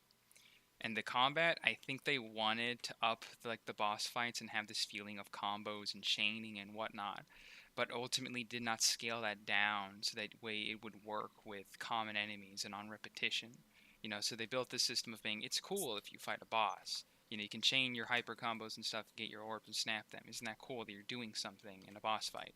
You can't do any of that really with a small guy because he's dead before you do the cool fun stuff. So you're basically it takes time to get to that point to get those so bonuses. Instead you're just whacking a bunny slowly, and before you can do anything cool, it's dead, and you just spent 4 or 5 minutes whacking a bunny, and you feel stupid. Imagine, if you will, that bunny is basically just a bobblehead doll, and you're working to get that spring off of its head, but it's a really tough spring. Yeah. So you're just whacking it over and Very over well made. again. It's a really well-made whack-a-mole, or that bobblehead. I'm running out And of in brain addition power. to I'm the sorry. combat, they had to that convolutedness also kind of applies there, because you do see levels of death they try to add to this whole combo system, and with their blades and whatnot. So even when it comes to the skill trees and hatching blades and whatnot, all that stuff is overly complex, and everything is less intuitive because of it. So the game in essence is a complicated mess of too many ideas flying here and there, nothing really sticking, and because of it, there are a lot of things where we would want quality of life decisions, and without them, the whole thing becomes a grind fest, a slug fest, and just unpleasant to really trek through because it's thick. It's too thick. So I think I'm gonna look to Mazzeo and ask him, because another one of your key points is the story of this, and I kind of see if Mazzeo, if you have any questions that you could ask them to get information on the story to see just how bad it is. Can you guys divide the story up into story points or key acts? Or... Can you give me a save the cat on this? Yeah. Oh, save the cat. Rex. A basic plot treatment, a beginning. Just give me a beginning and a middle and end. Because, for the record, I was with you when this game was announced. I was super excited. I was all hyped up to pre-order it, and then everything just went immediately to shit on this game. And it's one of those things that I think that the plot was bad. People complained about the artwork because of the anime style, which doesn't necessarily bother me, but doesn't really get me going. And I'm reading the plot summary on Wikipedia, and it's really hard to follow, even in summary, what exactly is going on here. And the videos on YouTube aren't any more helpful because nobody who would be really good at this had the interest, or the game just couldn't sustain it. So, like, what was the story? What was Brian, you in the have to game in go terms of story? Brian's having Wi-Fi okay, issues, so Andres. it's on you. it's a calling of. That's convenient. It's just a calling of age. So Brian just doesn't want to talk Rex, your regular Shonen Jump protagonist boy, has like somewhat father figure, who's actually just a giant like dinosaur. Yeah, so he has dinosaur friend. He stumbles upon weird mercenary group, finds the heroine, who's gonna be like his super sword throughout all this. You know, the reason why he's remotely powerful. And then it has a whole mysterious background. So then they want to figure out to go to heaven, we'll call it. This is a place, heaven. It's a pretty neat place. We all want to go there because This place known as why the hell World does Tree, he- and at the why top the is hell does he wanna- Elysium. Oh right, because he wants to bring her up there because she's from there. He wants to Right. bring Pyra. Yeah, Because so the person she he just saved his met, life. he wants to bring up to See their that? home. That moment where you went, why the hell did he want to go to this destination? That's your problem Yeah. right there. So he wants to. So That's he your feels first like red because flag. she's from there, so I want to take her home for her, even though I just met her. So, And she saved my life, or at least brought me back to life. Hey, listen, in my youth, before I met my current girlfriend, there were lots of times I'd meet someone and want to Yeah. take him home, so I get it. I mean, in this case, not so wrong. and then a bunch of events happen. Like, there's a lot of weird twists and turns. So like, oh, Is they it- go here. Wait, Brian, did you want to take her home because she had a Mario hat on? She was dressed in red. Brian, what goes on?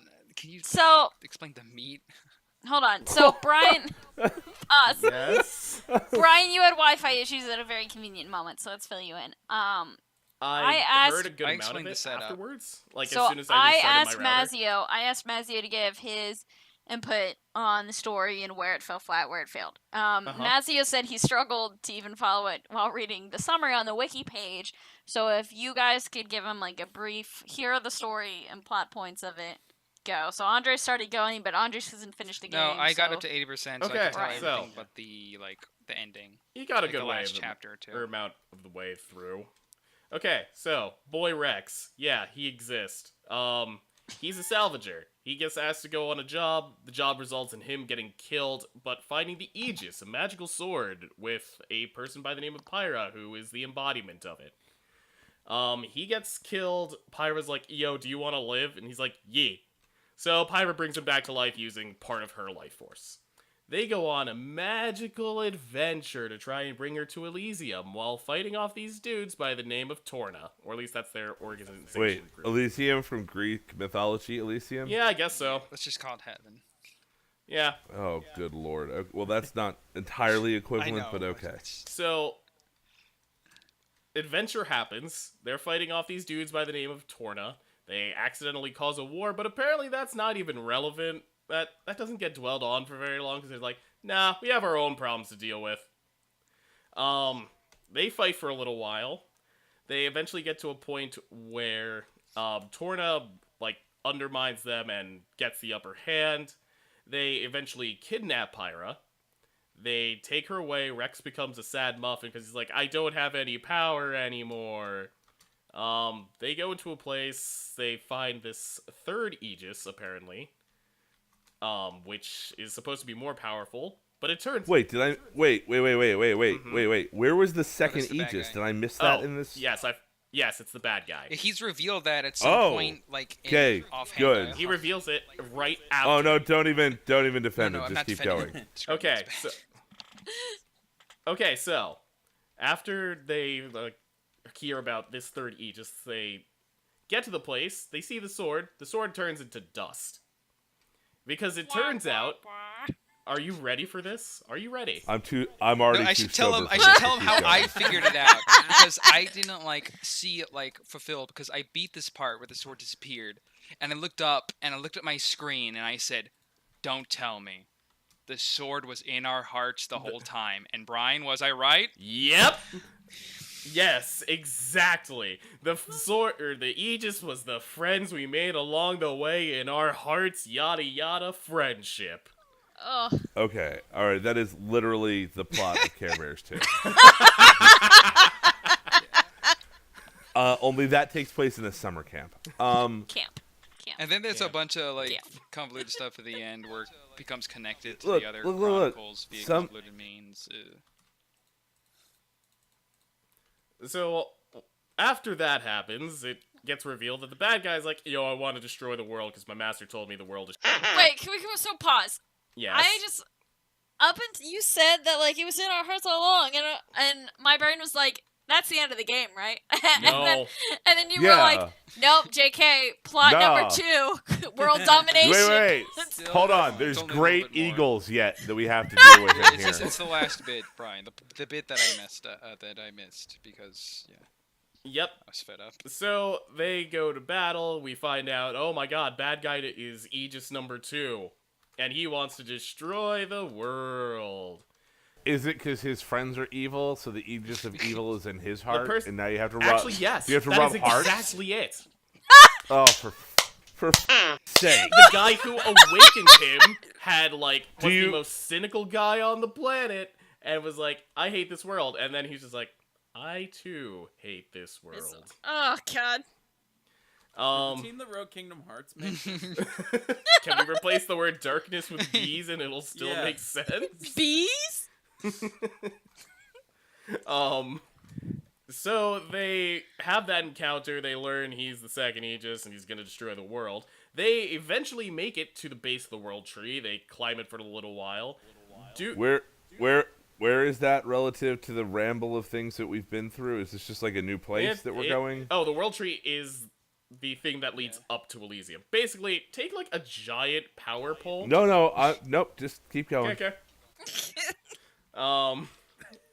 So they have encounters with bad guys all the way up the tree. The Pope shows up at one point, and he's like, the Pope is the guy who awakened the second Aegis. All right.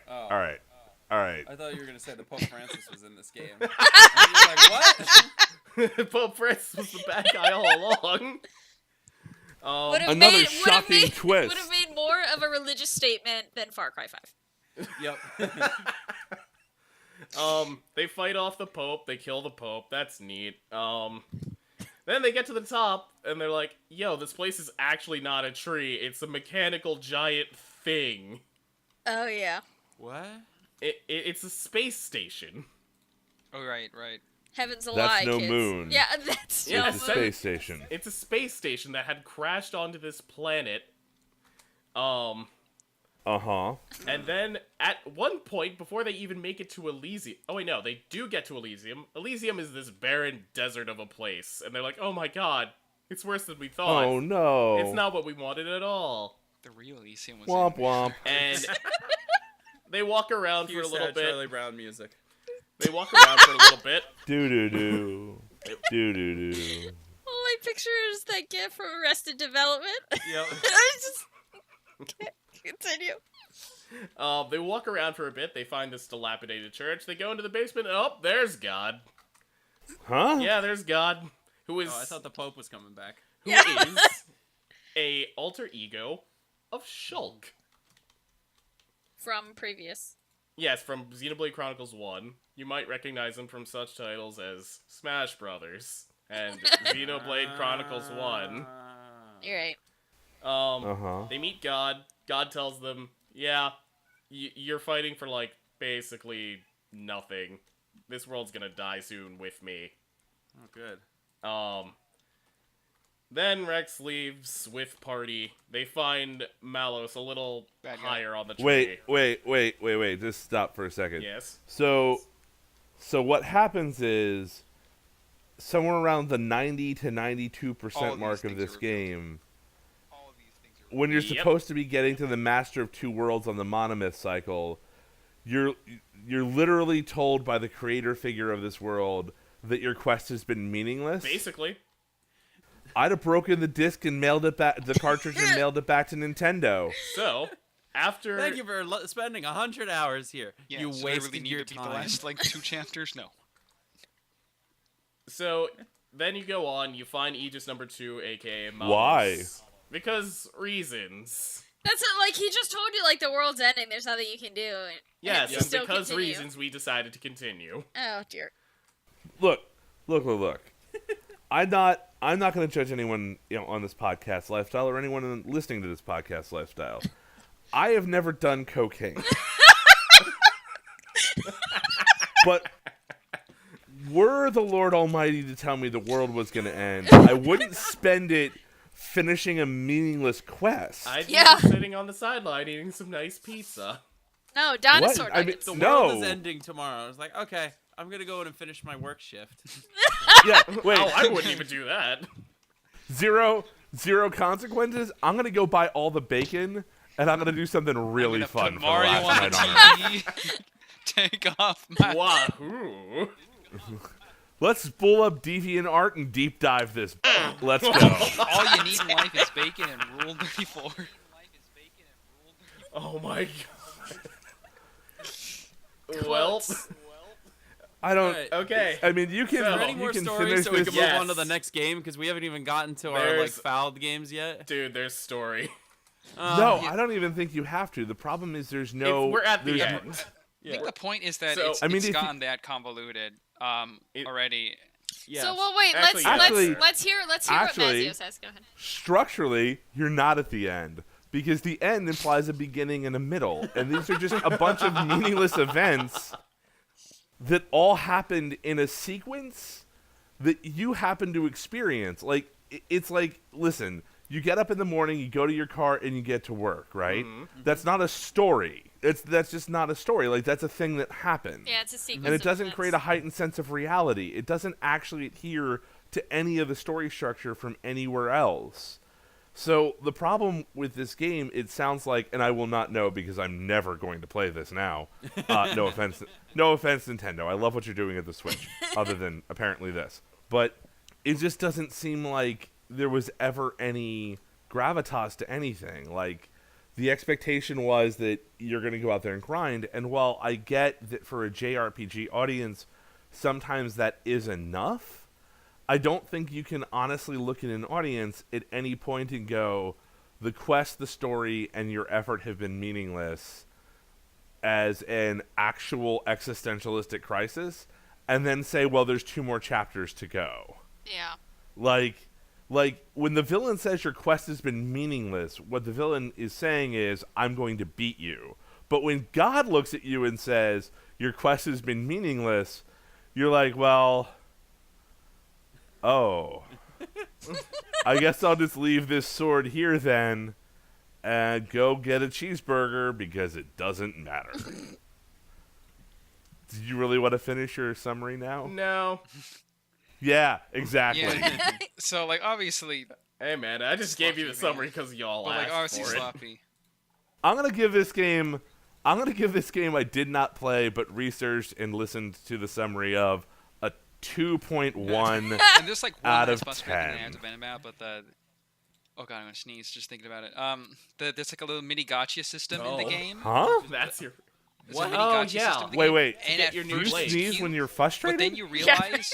Think about it this way. Imagine if Something I've never heard. like you need to get like a sword, better equipment for your character, a sword, right? But in order to get it, you have to play a gotcha game. Okay, cute enough. But then they're also like, oh yeah, in his thing, it's also a possibility to get staves and fist gloves and other pieces of equipment that he can't equip. And you're like, oh okay.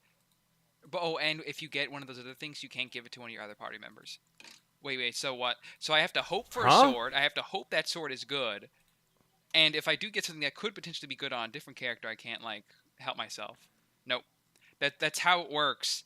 Because What? you get a few cores. Yeah. You don't know what blade it is. You hatch them. Hope to get a rare one. Because the rare ones are actually powerful. So you get the powerful one.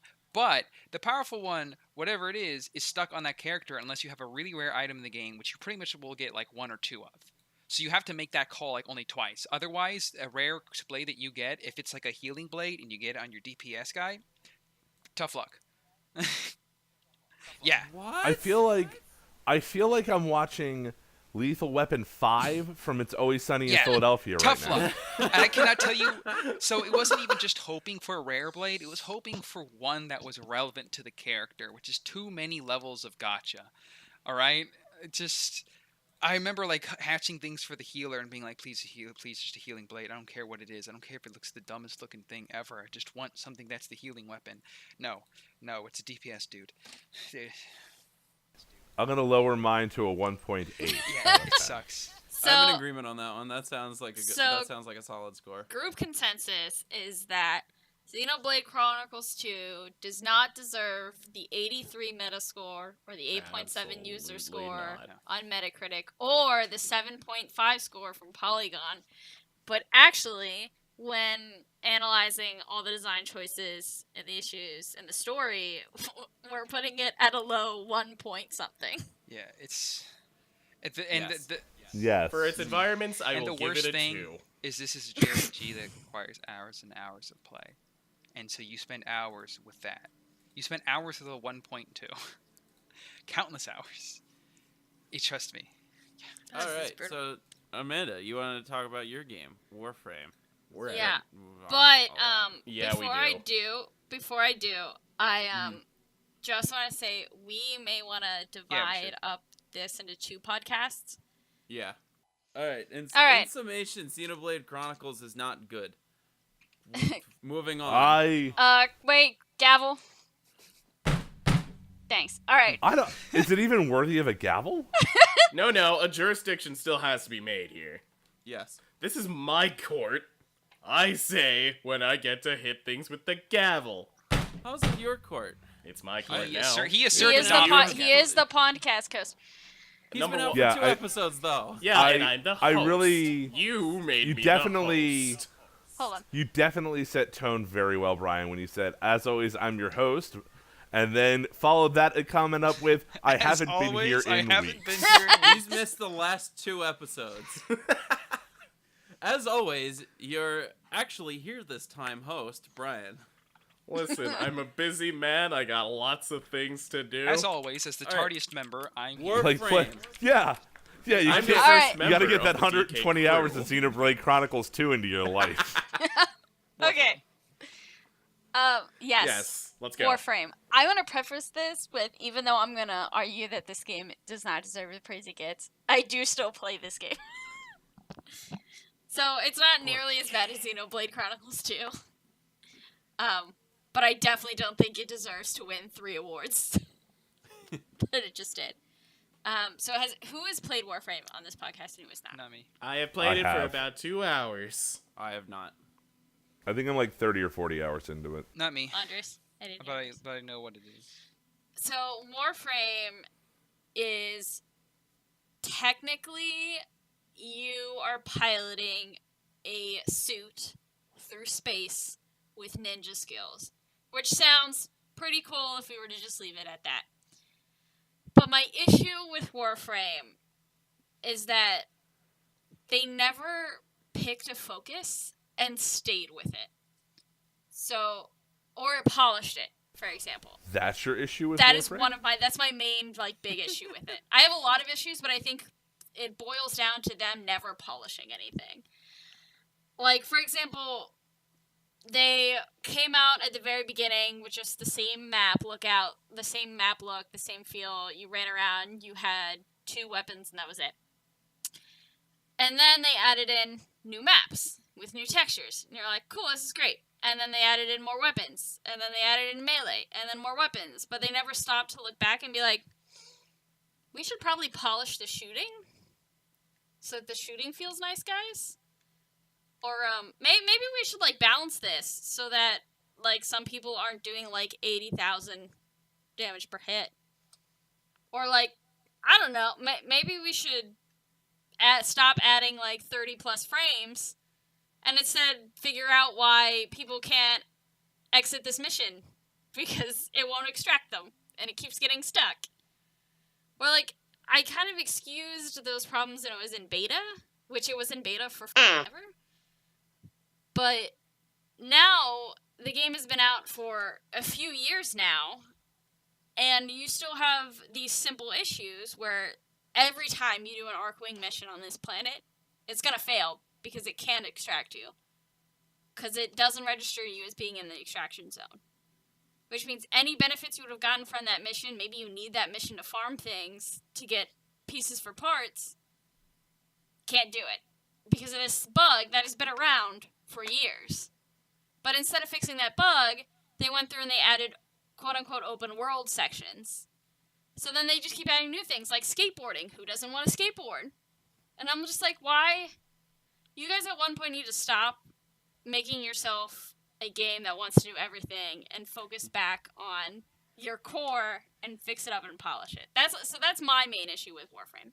Yeah, it tries to do everything, but it never actually polishes the things that it tries to do. I did not see the skateboarding in the looking through. It was like, It sounds like when you're saying, "Oh, they add a skateboard and all this stuff," it sounded like what Fortnite is having, where they just keep adding all sorts of crap in there. So like, you're gonna see an airplane and a plastic ball soon in Warframe. Yeah. I mean, Mazzeo, do you have anything like that's what everything tailors back to me. Is they never spend the amount of time needed to polish any aspect of the game. Which includes balancing out drops, grinding, manufacturing things, all the mods, and then also user experience throughout the game. So another issue that Warframe has is that you're kind of just thrown into it, and Warframe is incredibly complicated because again, okay. I mean, it's not so much that it's incredibly complicated as much as it's incredibly convoluted. Yes. Better thing. So, to customize your frame, which is your suit, your ninja suit that you pilot, you have mods on the suit itself, which are like, plus 100% to health, plus blah blah blah to shields, do more damage, gain extra art, like stuff like that you attach onto your frame. Well, I mean, it goes way deeper than that. It goes into like specific types of damage. It goes into critical chances, critical damage. Then there's like things that don't make sense to you as a generic gamer, like status effect. Not that there are status effects, that there is a thing called status effect that after 30 hours, I'm still not sure what the hell that means. Or mods get so specific where if you have wall run, like you ran on a wall for blank meters, gain this much of a speed boost after jumping off. Of course, they don't actually tell you how many meters you're running at any given time, so that's helpful. oh, good. Yep. So, there's a lot of mods that you can attach into your Warframe. But that's not the only way that you can enhance it. That's how it started out, where you just had 8 mods that you could attach on. Which also have a point system, by the way, and a leveling system all their own. Yes, so you can level up each individual mod. All of them have a different max level. So some of them you can level up to level 10. Some of them you can only level up to 4. But why? To level up each mod, it used to just be credits and energy, but now, which you use for other things as well. But instead now it is Endo, which is a completely separate currency just for mods. Okay. And still credits, which is the money in the game. Okay. That you have to level up for mods. So you can also enhance those. But at the beginning, it was just 8 of them. You enhanced them just really with money, and it was fine. Okay. And then they were like, you know what? We want to make people even more OP. Or give them more... What I think they wanted to do was increase the life of their game. So you know how in Call of Duty you can prestige? Mm-hmm. And things start over from 0, right? And I don't know why you do it in Call of Duty besides to get a pretty symbol by your name. Yeah, that's about it. Yep.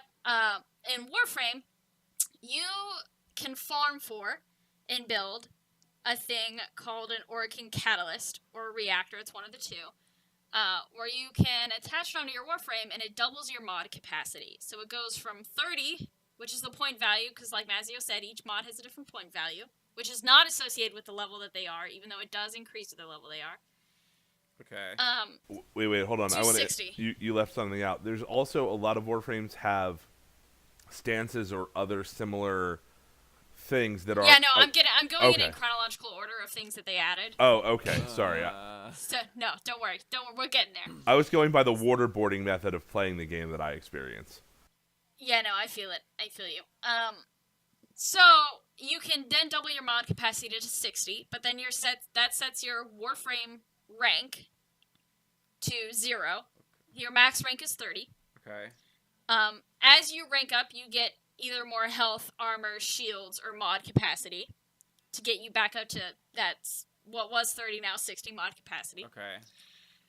You can also decide to polarize your Warframe, which each mod, by the way, now has a point value, a level, and a symbol depicting what type they are.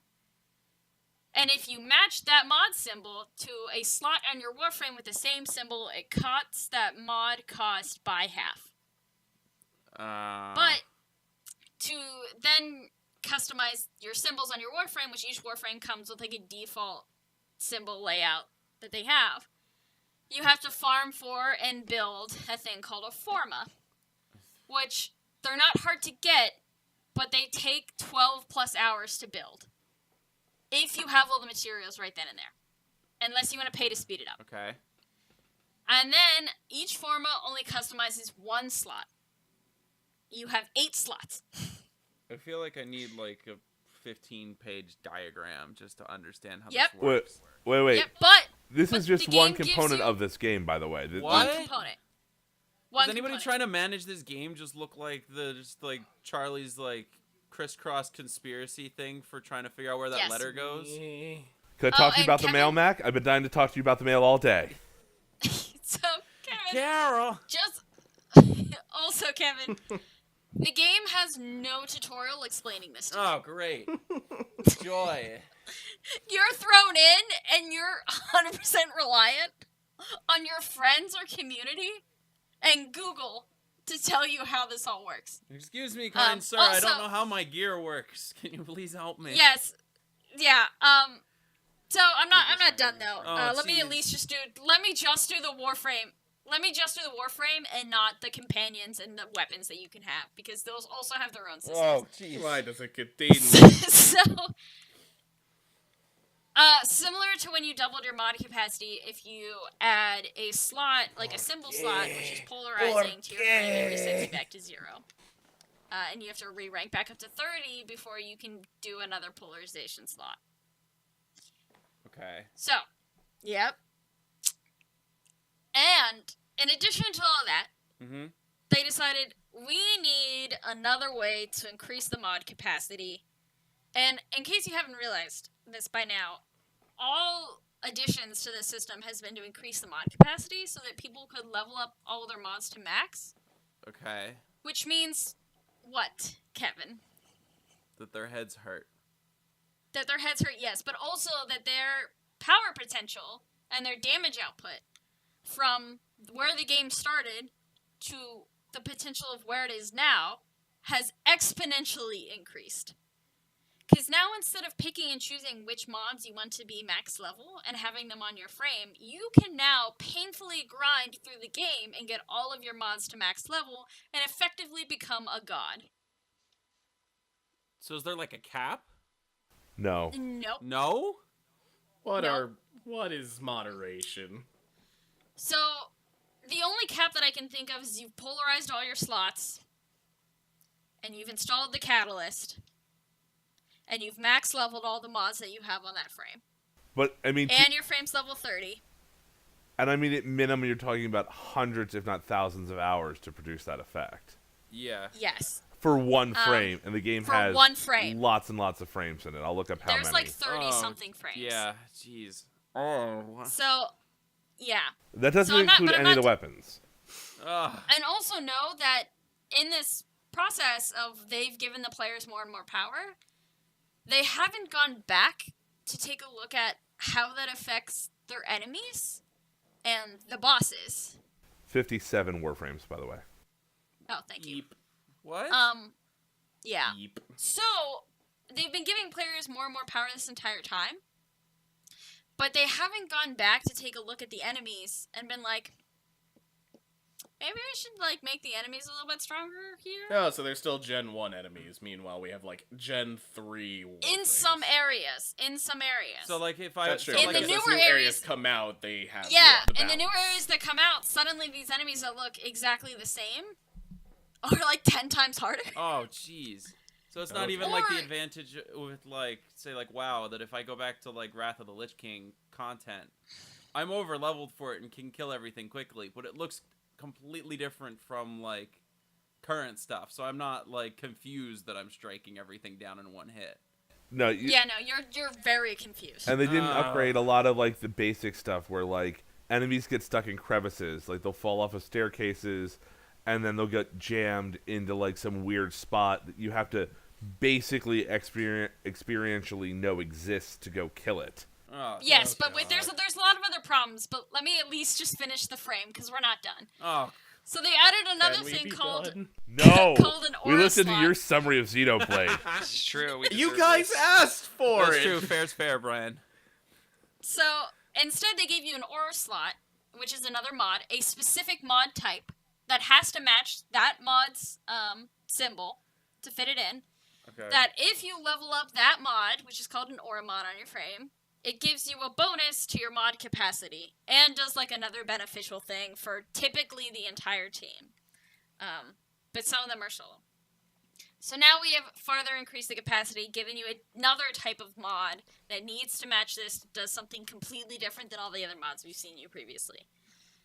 And then most recently, they decided to add another mod called an Exilus mod, which I haven't even unlocked because you need to farm and create another slot in your ship to even get compatibility to use this mod to farther make your Yay. Warframe even more godlike. Oh, jeez. Hooray. That's just for the frame. You can do the same things for your companions, for your primary weapon, your secondary weapons, and your melee weapons. All of them with different mods. All of them with different functionalities.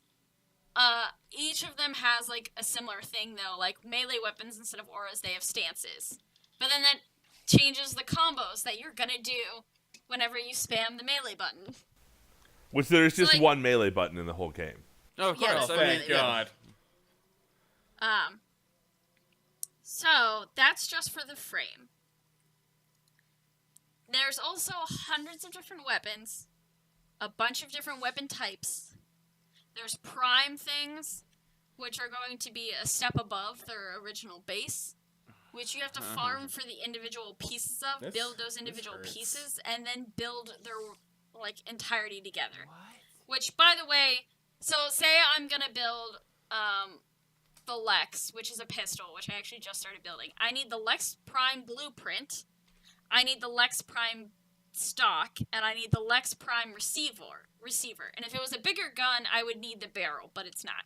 Okay. So that's 3 parts that I have to farm for in separate high-level missions, or fissures, I guess, because they're not high-level missions anymore.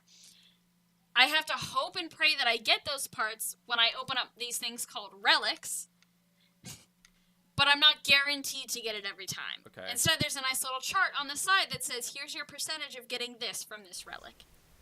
And now, to jump in on this, I'm working on a new Warframe in this game. The Warframe has 4 components, each of which takes 12 hours to build, each of which has its own thing that has to drop for me to be able to do it. And all of those things drop off of one boss with a janky randomizer. So I've run the mission 10 times to get the last 2 components and only gotten one of those components. But even after I build all 4 of those components at a 12-hour build plus all the resources, then It's I need a 24 blueprint for the hours. frame. Or 48 hours per frame. No, it's 72 for this one. There it is. Oh, So- good. So after all of that's done, and I've done all the farming, I still have 72 hours of watching my ship go beep boop. And As it attempts to build. and the component that was left out is that your account's ability to access these things is limited by something called mastery level, which is essentially an account level. Your account level is an aggregate of your primary, secondary, melee weapon, and frames experience. And when you're maxed, you cease gaining experience and your mastery level stalls. So Which means that a lot of weapons in the game that you want aren't accessible unless you forcefully go out and start leveling random shit that you don't care about. just to level your mastery rank up. Yes. Aw. Oh, jeez. Oh yeah. Hey, Kevin. Do you still think that my farming addiction in Borderlands is insane anymore? No, but clearly, if you feel the need to put that much time into a game, Warframe's the one for you. That's what I was thinking. It's Yeah, apparently a that's bottomless more pit. effort. Oh, it is. So that's It's an unrewarding remember, bottomless pit. yeah, and remember, there's no tutorial for any of this. Oh, I forgot that. Oh, that So makes you it get so thrown much in. worse. You get thrown in, and you're like, I have no idea how any of these systems work. I'm gonna slap on this one mod and hope for the best. That's exactly actually what happened to me. I Yeah. got to the point where it's like, we're gonna start with mods, and you can go and craft stuff. I'm like, oh, okay, but how do? And they're like, nope. Goodbye. Good luck. I mean, I'm like, Um, but where's the loot? the What fir- also confuses me, no, sorry, go ahead, Mazzeo. Finish your part. I was going to let you go first, but the first time I quit Warframe was about 20 to 25 hours in because I did not understand comprehensively how hard some of the construction projects were, and I started too late on grinding the components for the next Warframe, and my Warframe and my gun tapped out, but so I was just basically endlessly grinding components for no reward, hour upon hour. For like, I just gave up and walked away. Yeah, I don't blame you. I had something else, but my brain glitched and I gave up. My brain's already No, glitching that's- just trying to process brain all the is stuff That's right. Elena, fried. or that Amanda was explaining. My brain is Thoroughly, So- my fried. brain is dead. I was gonna make Eh. dinner tonight, now I don't even want to anymore. They have also added to the point where you can not only customize your suit that you pilot, but your pilot itself Ah, with a what? completely different skill tree of course. that uses a completely different currency, Of course. What? completely different system than your frame or anything else prior to it used. I mean, anything else would be just unusual. Mm-hmm. But So, Why would I expect normal?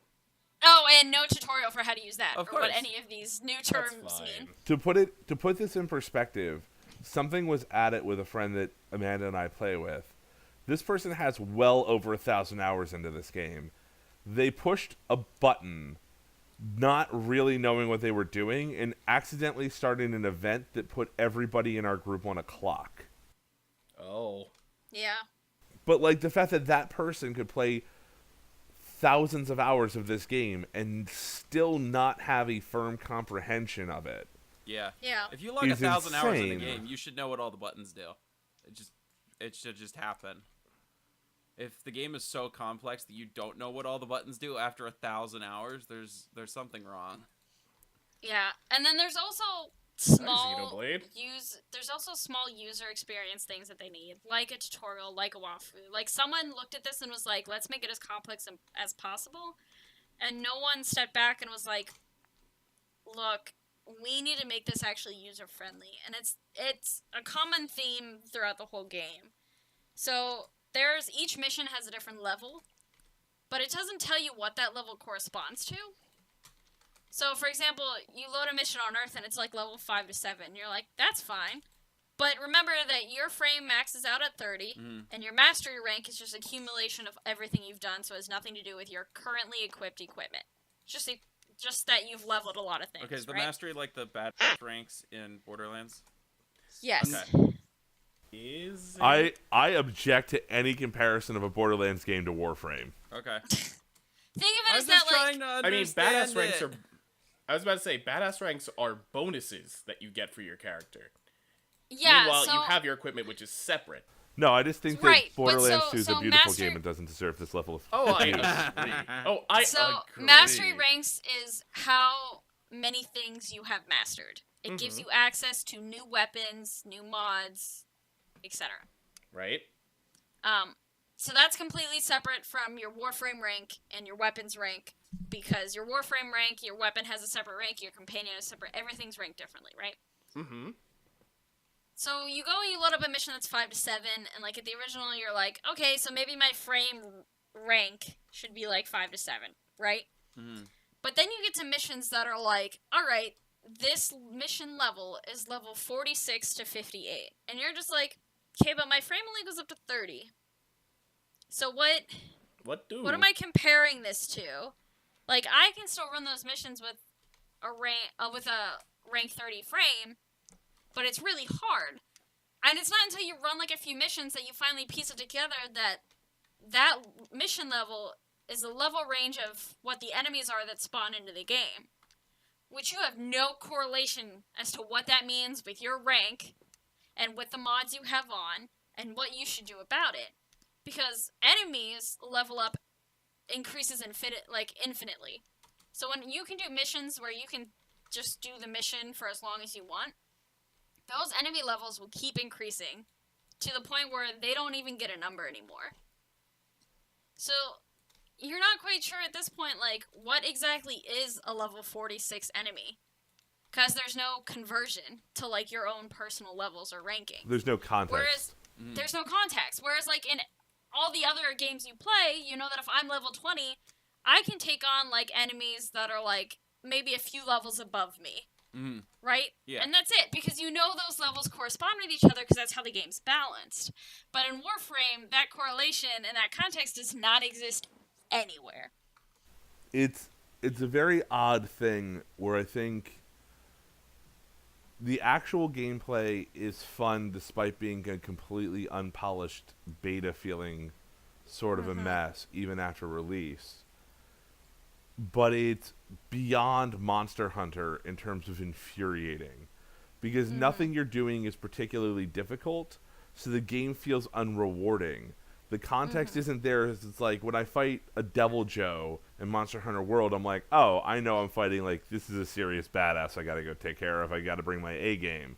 And this you're like, beep boop, I'll go here because Lotus, the person that gives you missions and whatever, is like, go here, and some nonsense about a plot line that's incoherent.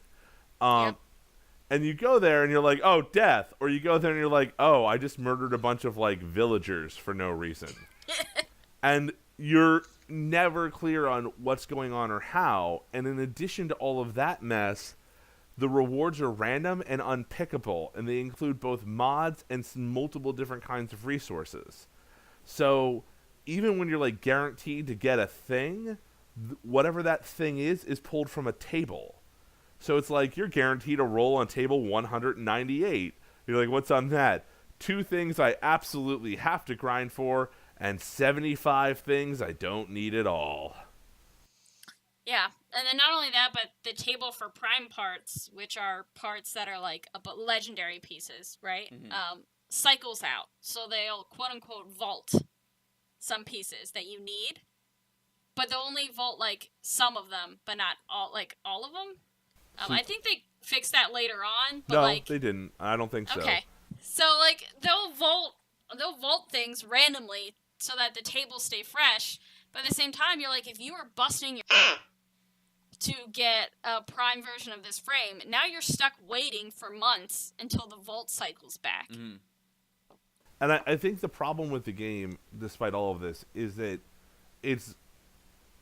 you can't take it casually, even though it's clearly meant to be a casual game.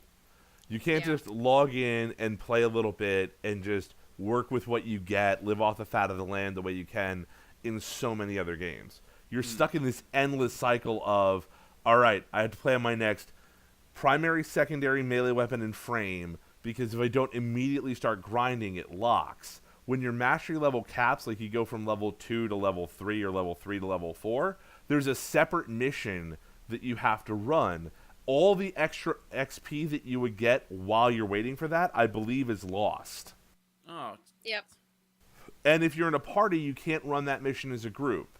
So if you're in a party and you're having fun, but you hit your mastery cap, you have to drop party, run the separate mission, which takes a good, like, 5 or 10 minutes on its own if you get it right the first time, and then regroup up while everybody else mills around in, like, a Discord chat waiting for you to level. Jeez. Yeah. So vote. But with all that said, I think... It's not a bad game, just for the record. It's just... Yeah. So I think, again, my issue falls back to nobody decided to polish anything about this game. I think that if they had stopped adding every new thing onto it and instead looked back at what they had created and said, this doesn't make sense. Let's polish this up. Let's tighten it up. Let's fix it now. Instead of building on such a unstable foundation, it wouldn't be the convoluted mess it is. I think instead they focused on polishing up visuals, which granted there are parts of the game that are really visually beautiful. The frames are legitimately stunning. Yeah, and like the weapons always look really badass and cool. Like regardless of what weapon I get, I always feel like a badass with these weapons.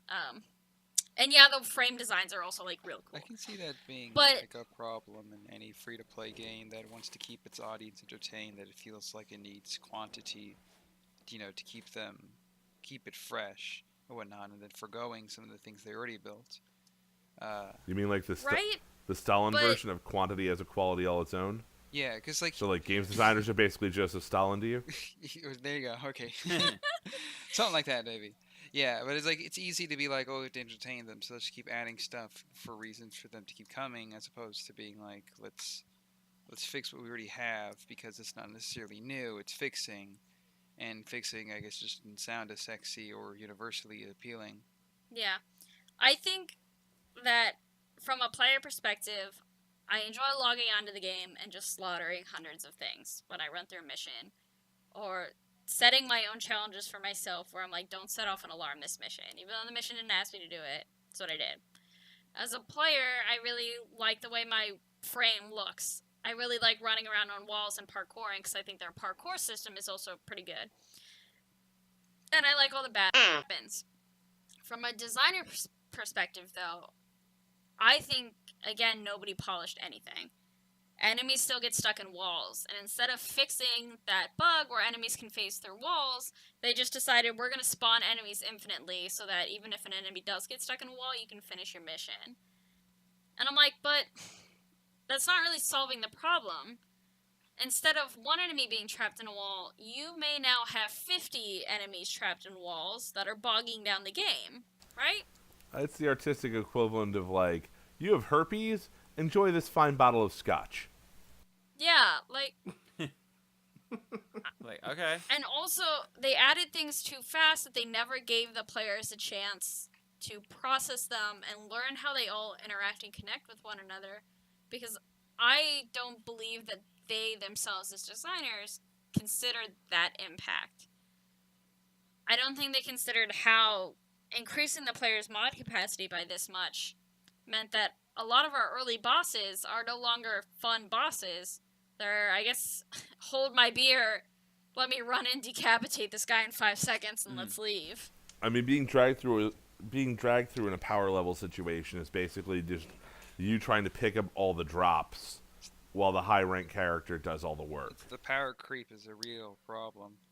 Yes, it is. Yeah, I can see, because you kind of see how, oh my god, why MOBAs and other games have to, or even like a fighting game, can't constantly update, because there would be, of course, like full backlash from like the competitive side of being like, we can't learn the new things, you keep swapping things out.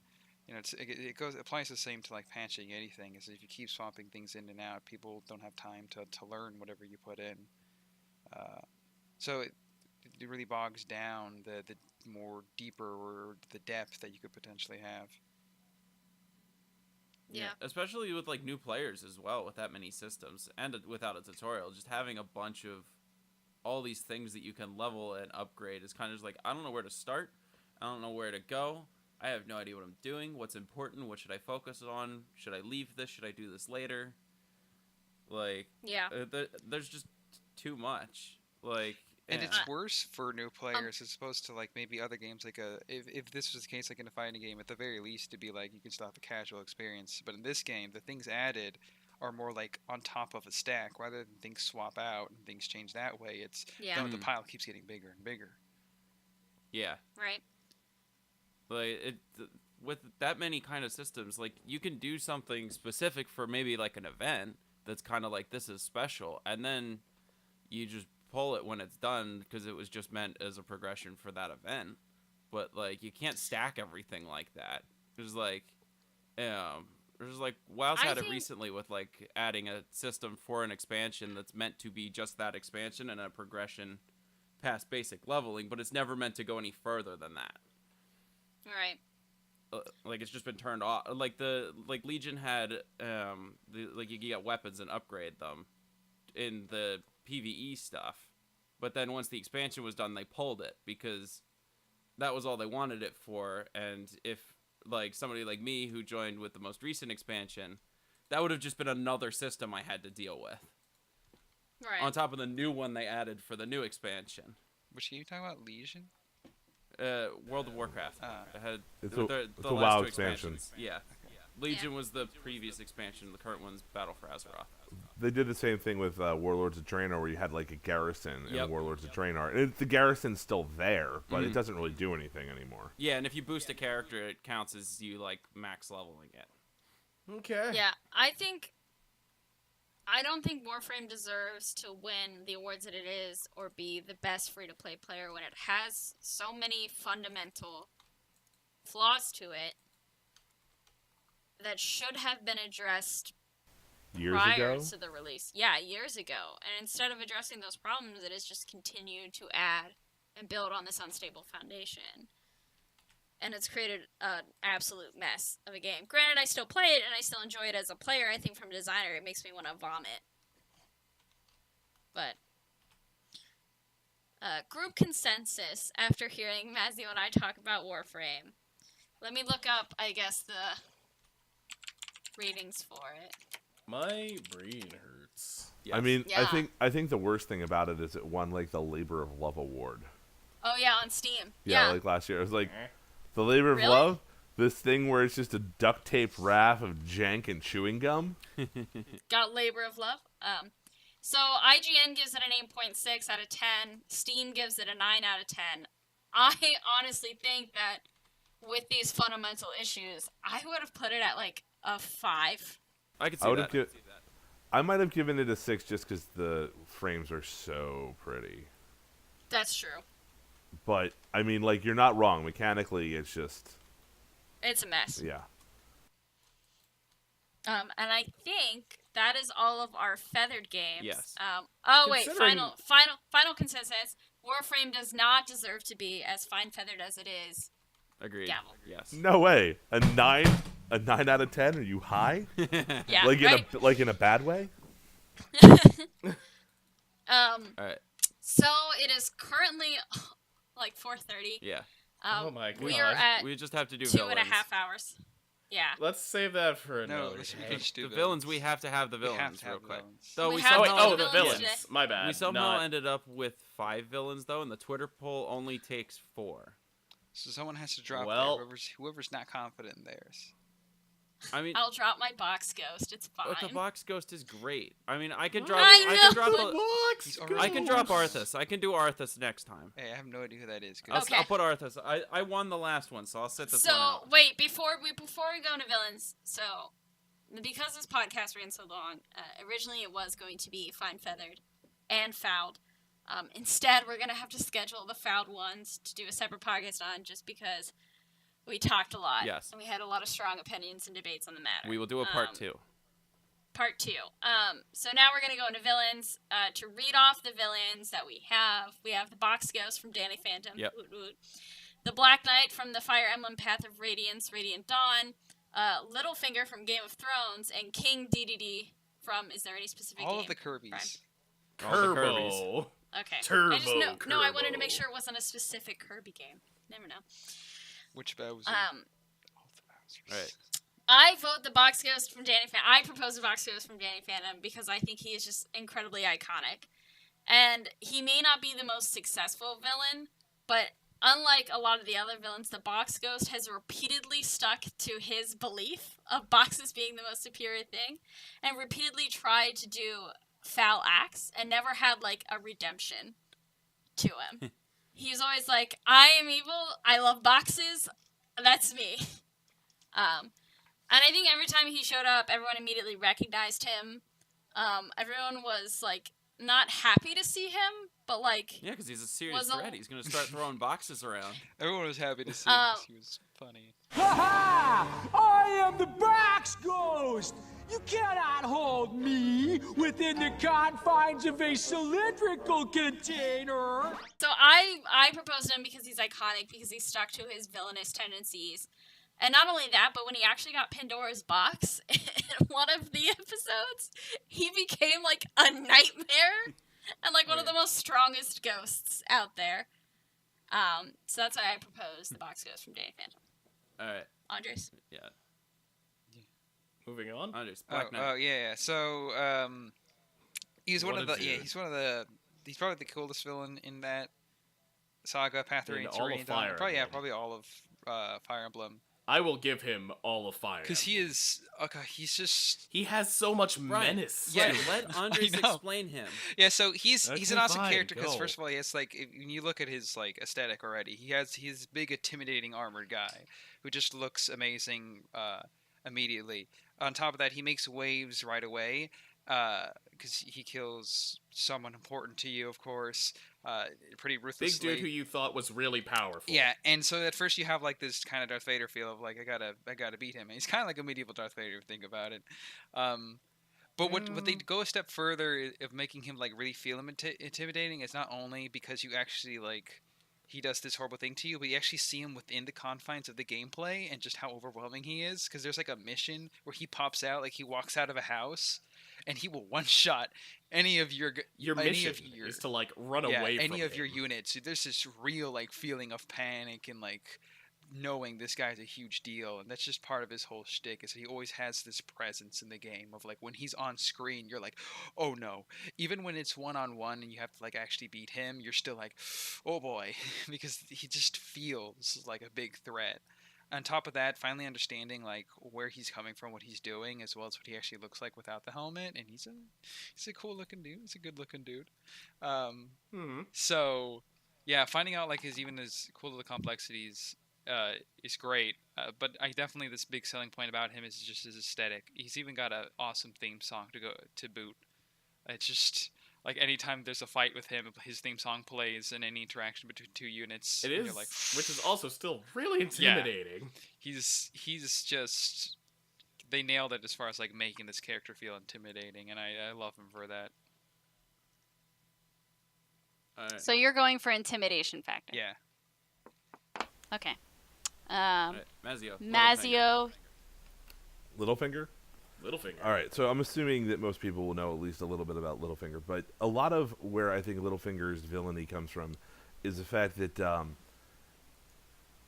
Game of Thrones is a world of terrible people, and Littlefinger is somebody who actively adapts to be the worst possible person while pursuing a terrible goal at the same time, right? Like, Littlefinger's sole goal is to bang Catelyn Stark. He's willing to set up brothels. He's willing to have people killed. When Catelyn Stark dies, he bangs her sister. He decides he doesn't like that anymore when her daughter comes around, so he kills her.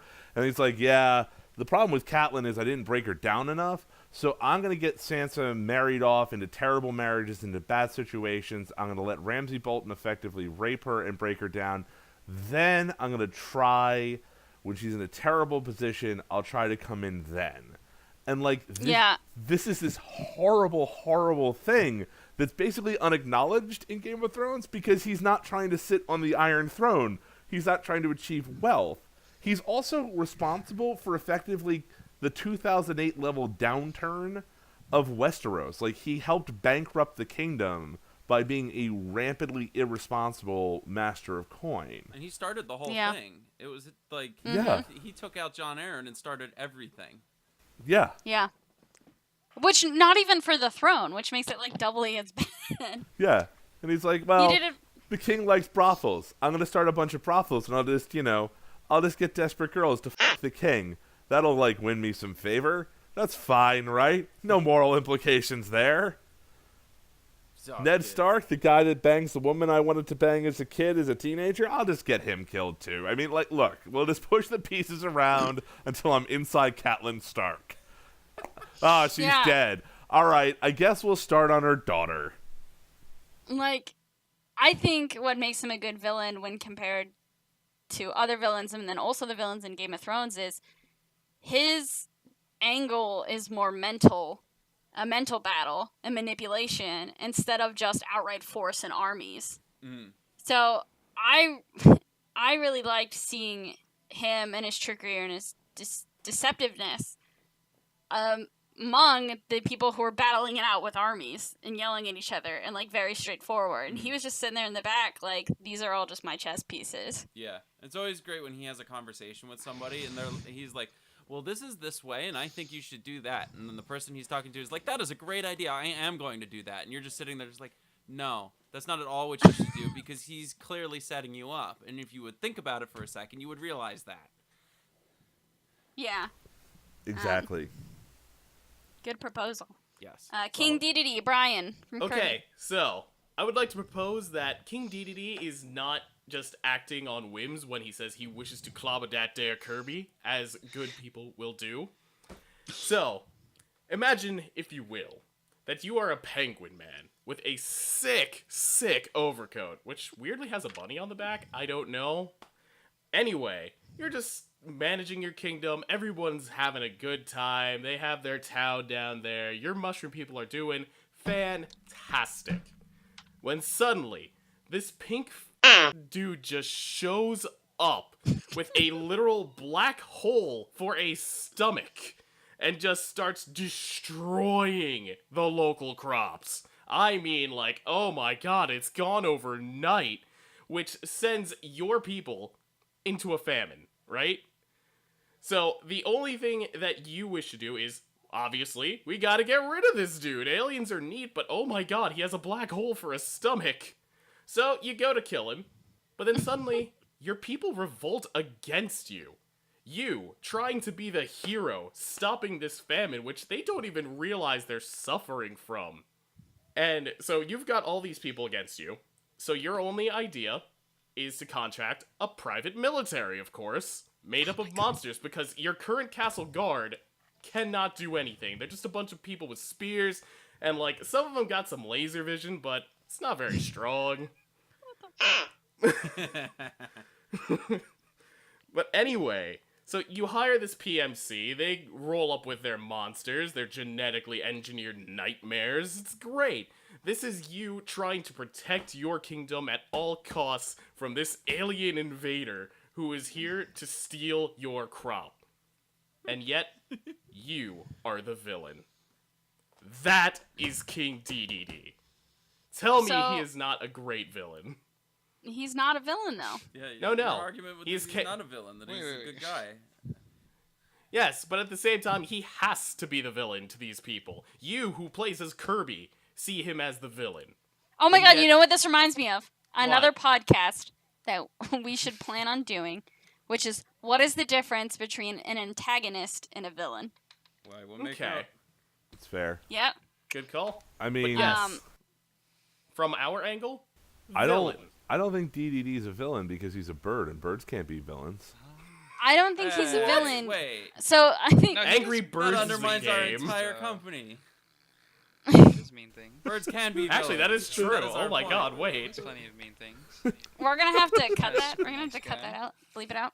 He's not always a nice guy either. Sometimes he just decides to destroy Kirby for fun. Like one time he just sent out a rampant octopus monster upon his own town. Okay, then why wait. didn't you start with that instead of protecting his Yeah. kingdom from famine and Because painting him this as was the after good guy, the Brian? fact. Oh my god. Okay. Look, we've all sent octopus monsters out after people we hate. He right. That's true. Cthulhu. Yeah. Huh, I prefer Cthulhu has done me squids. so Oh, many that reminds bitters. me. I have to do that today. I'm doing that when we're done. Oh. Eh? You're sending out Yeah, I have Cthulhu. to send out another octopus monster after somebody I hate. Ah, Ah, classic. damn it. You should get Alright. squids. They're always Make sure you discount sacrifice and enough bulk. virgins. Yep. All right. Then. All right. All right. So those are our villains, right? Yeah. We're good. Yeah. So Yeah, that's our listeners should check. Keep an eye on Twitter and Patreon. There should be a poll going up when this episode comes out, where all of you can vote to pick which of our 4 villains that we proposed should go into the Hall of Villainy. Brian, why did you make him sound like Yes. The argument was to make him sound the bad guy. Because we're Why like, should okay, you go- so this entire segment, every single time I come in, they're saying, hey, bring a villain with a good motive rather than a villain for the But you sake of pitched being it like a he was villain. a good guy. You could have easily pitched that as like, no, he's still the Because bad he's guy. pitching the motive, Andres. Yes, hang on. I'm pitching the hang motive. On. here. It's counterproductive. Hang on. You guys can have this fight later. Yes. Let's close the episode. Yes, They're let's going wrap up. to. Let's Wrap wrap the up. definitely going episode to. so that we can be done and we can all go Yep. about our days and I can Oh, my send neck. octopus people after the person I hate and everybody else can do what they need to do today. Kevin, should I Praise get my Cthulhu. shotgun ready for the No, octopus it's not people? after you, Brian. Aw, thanks, buddy. It's after Andres. I knew it. That's why I got squids in bulk. I'm good. It's because Wait. you sent so many muggers after me in GTA that it's Is just too this bad just- to send it towards me. Wait. Is the octopus monster gonna have a Mario hat on? Of course. I've seen enough tentacle didn't- hentai to know where this is Okay. going. I didn't bring it up As soon because I as thought that was Mario assumed. hat goes on. Guys, just treat everyone out there. Treat Let's end yourself. it. Go Google Mario hentai. You're gonna see some great No, stuff. don't Alright. do that. No, stop. Okay, this needs to end. All right. It's in Thank my- you guys, it's in my everybody search for tuning in. history. Andres, shut up. I'm trying to end the podcast. Wait, shouldn't I be ending the podcast? I can end the podcast. Well, Okay, no, fine. Brian's the host. Yeah, but this is what Fine. happens Brian, when you end miss the 2 damn weeks. podcast. Okay, well, this No, this let Kevin do it. adventure has been the Evil Quacks Podcast. Please feel free to follow us over on Twitter, like us on Facebook, check out our Patreon page to see some of our more exclusive content as well. Subscribe And to our YouTube. YouTube channel as well And for subscribe Let's to our Plays and other YouTube channel. podcast episodes. Thanks, And- Kevin. And as always, be evil. Also, thank you for coming, Yay. Mazzeo. Oh, it's Oh, a pleasure yeah, to thanks be for here. coming. Our guests. Anytime. Do we have to clap again now? No. No. We're Yeah. good. Not unless you want to just like clap over Fine. approval like you're at the end of a movie or something. Ah, but God, I don't want to remind myself of how. Why does Josh? Thank you for watching. If you enjoyed this video, make sure you hit subscribe and the bell next to it so you don't miss a future video. Also, head over to our Patreon page at patreon.com/evilquacks to get exclusive rewards such as extended videos, podcasts, t-shirts, and more. All proceeds will go towards helping us make video games and these videos. You can follow Evil Quacks on social media using the handles on your screen now. And always remember, be evil.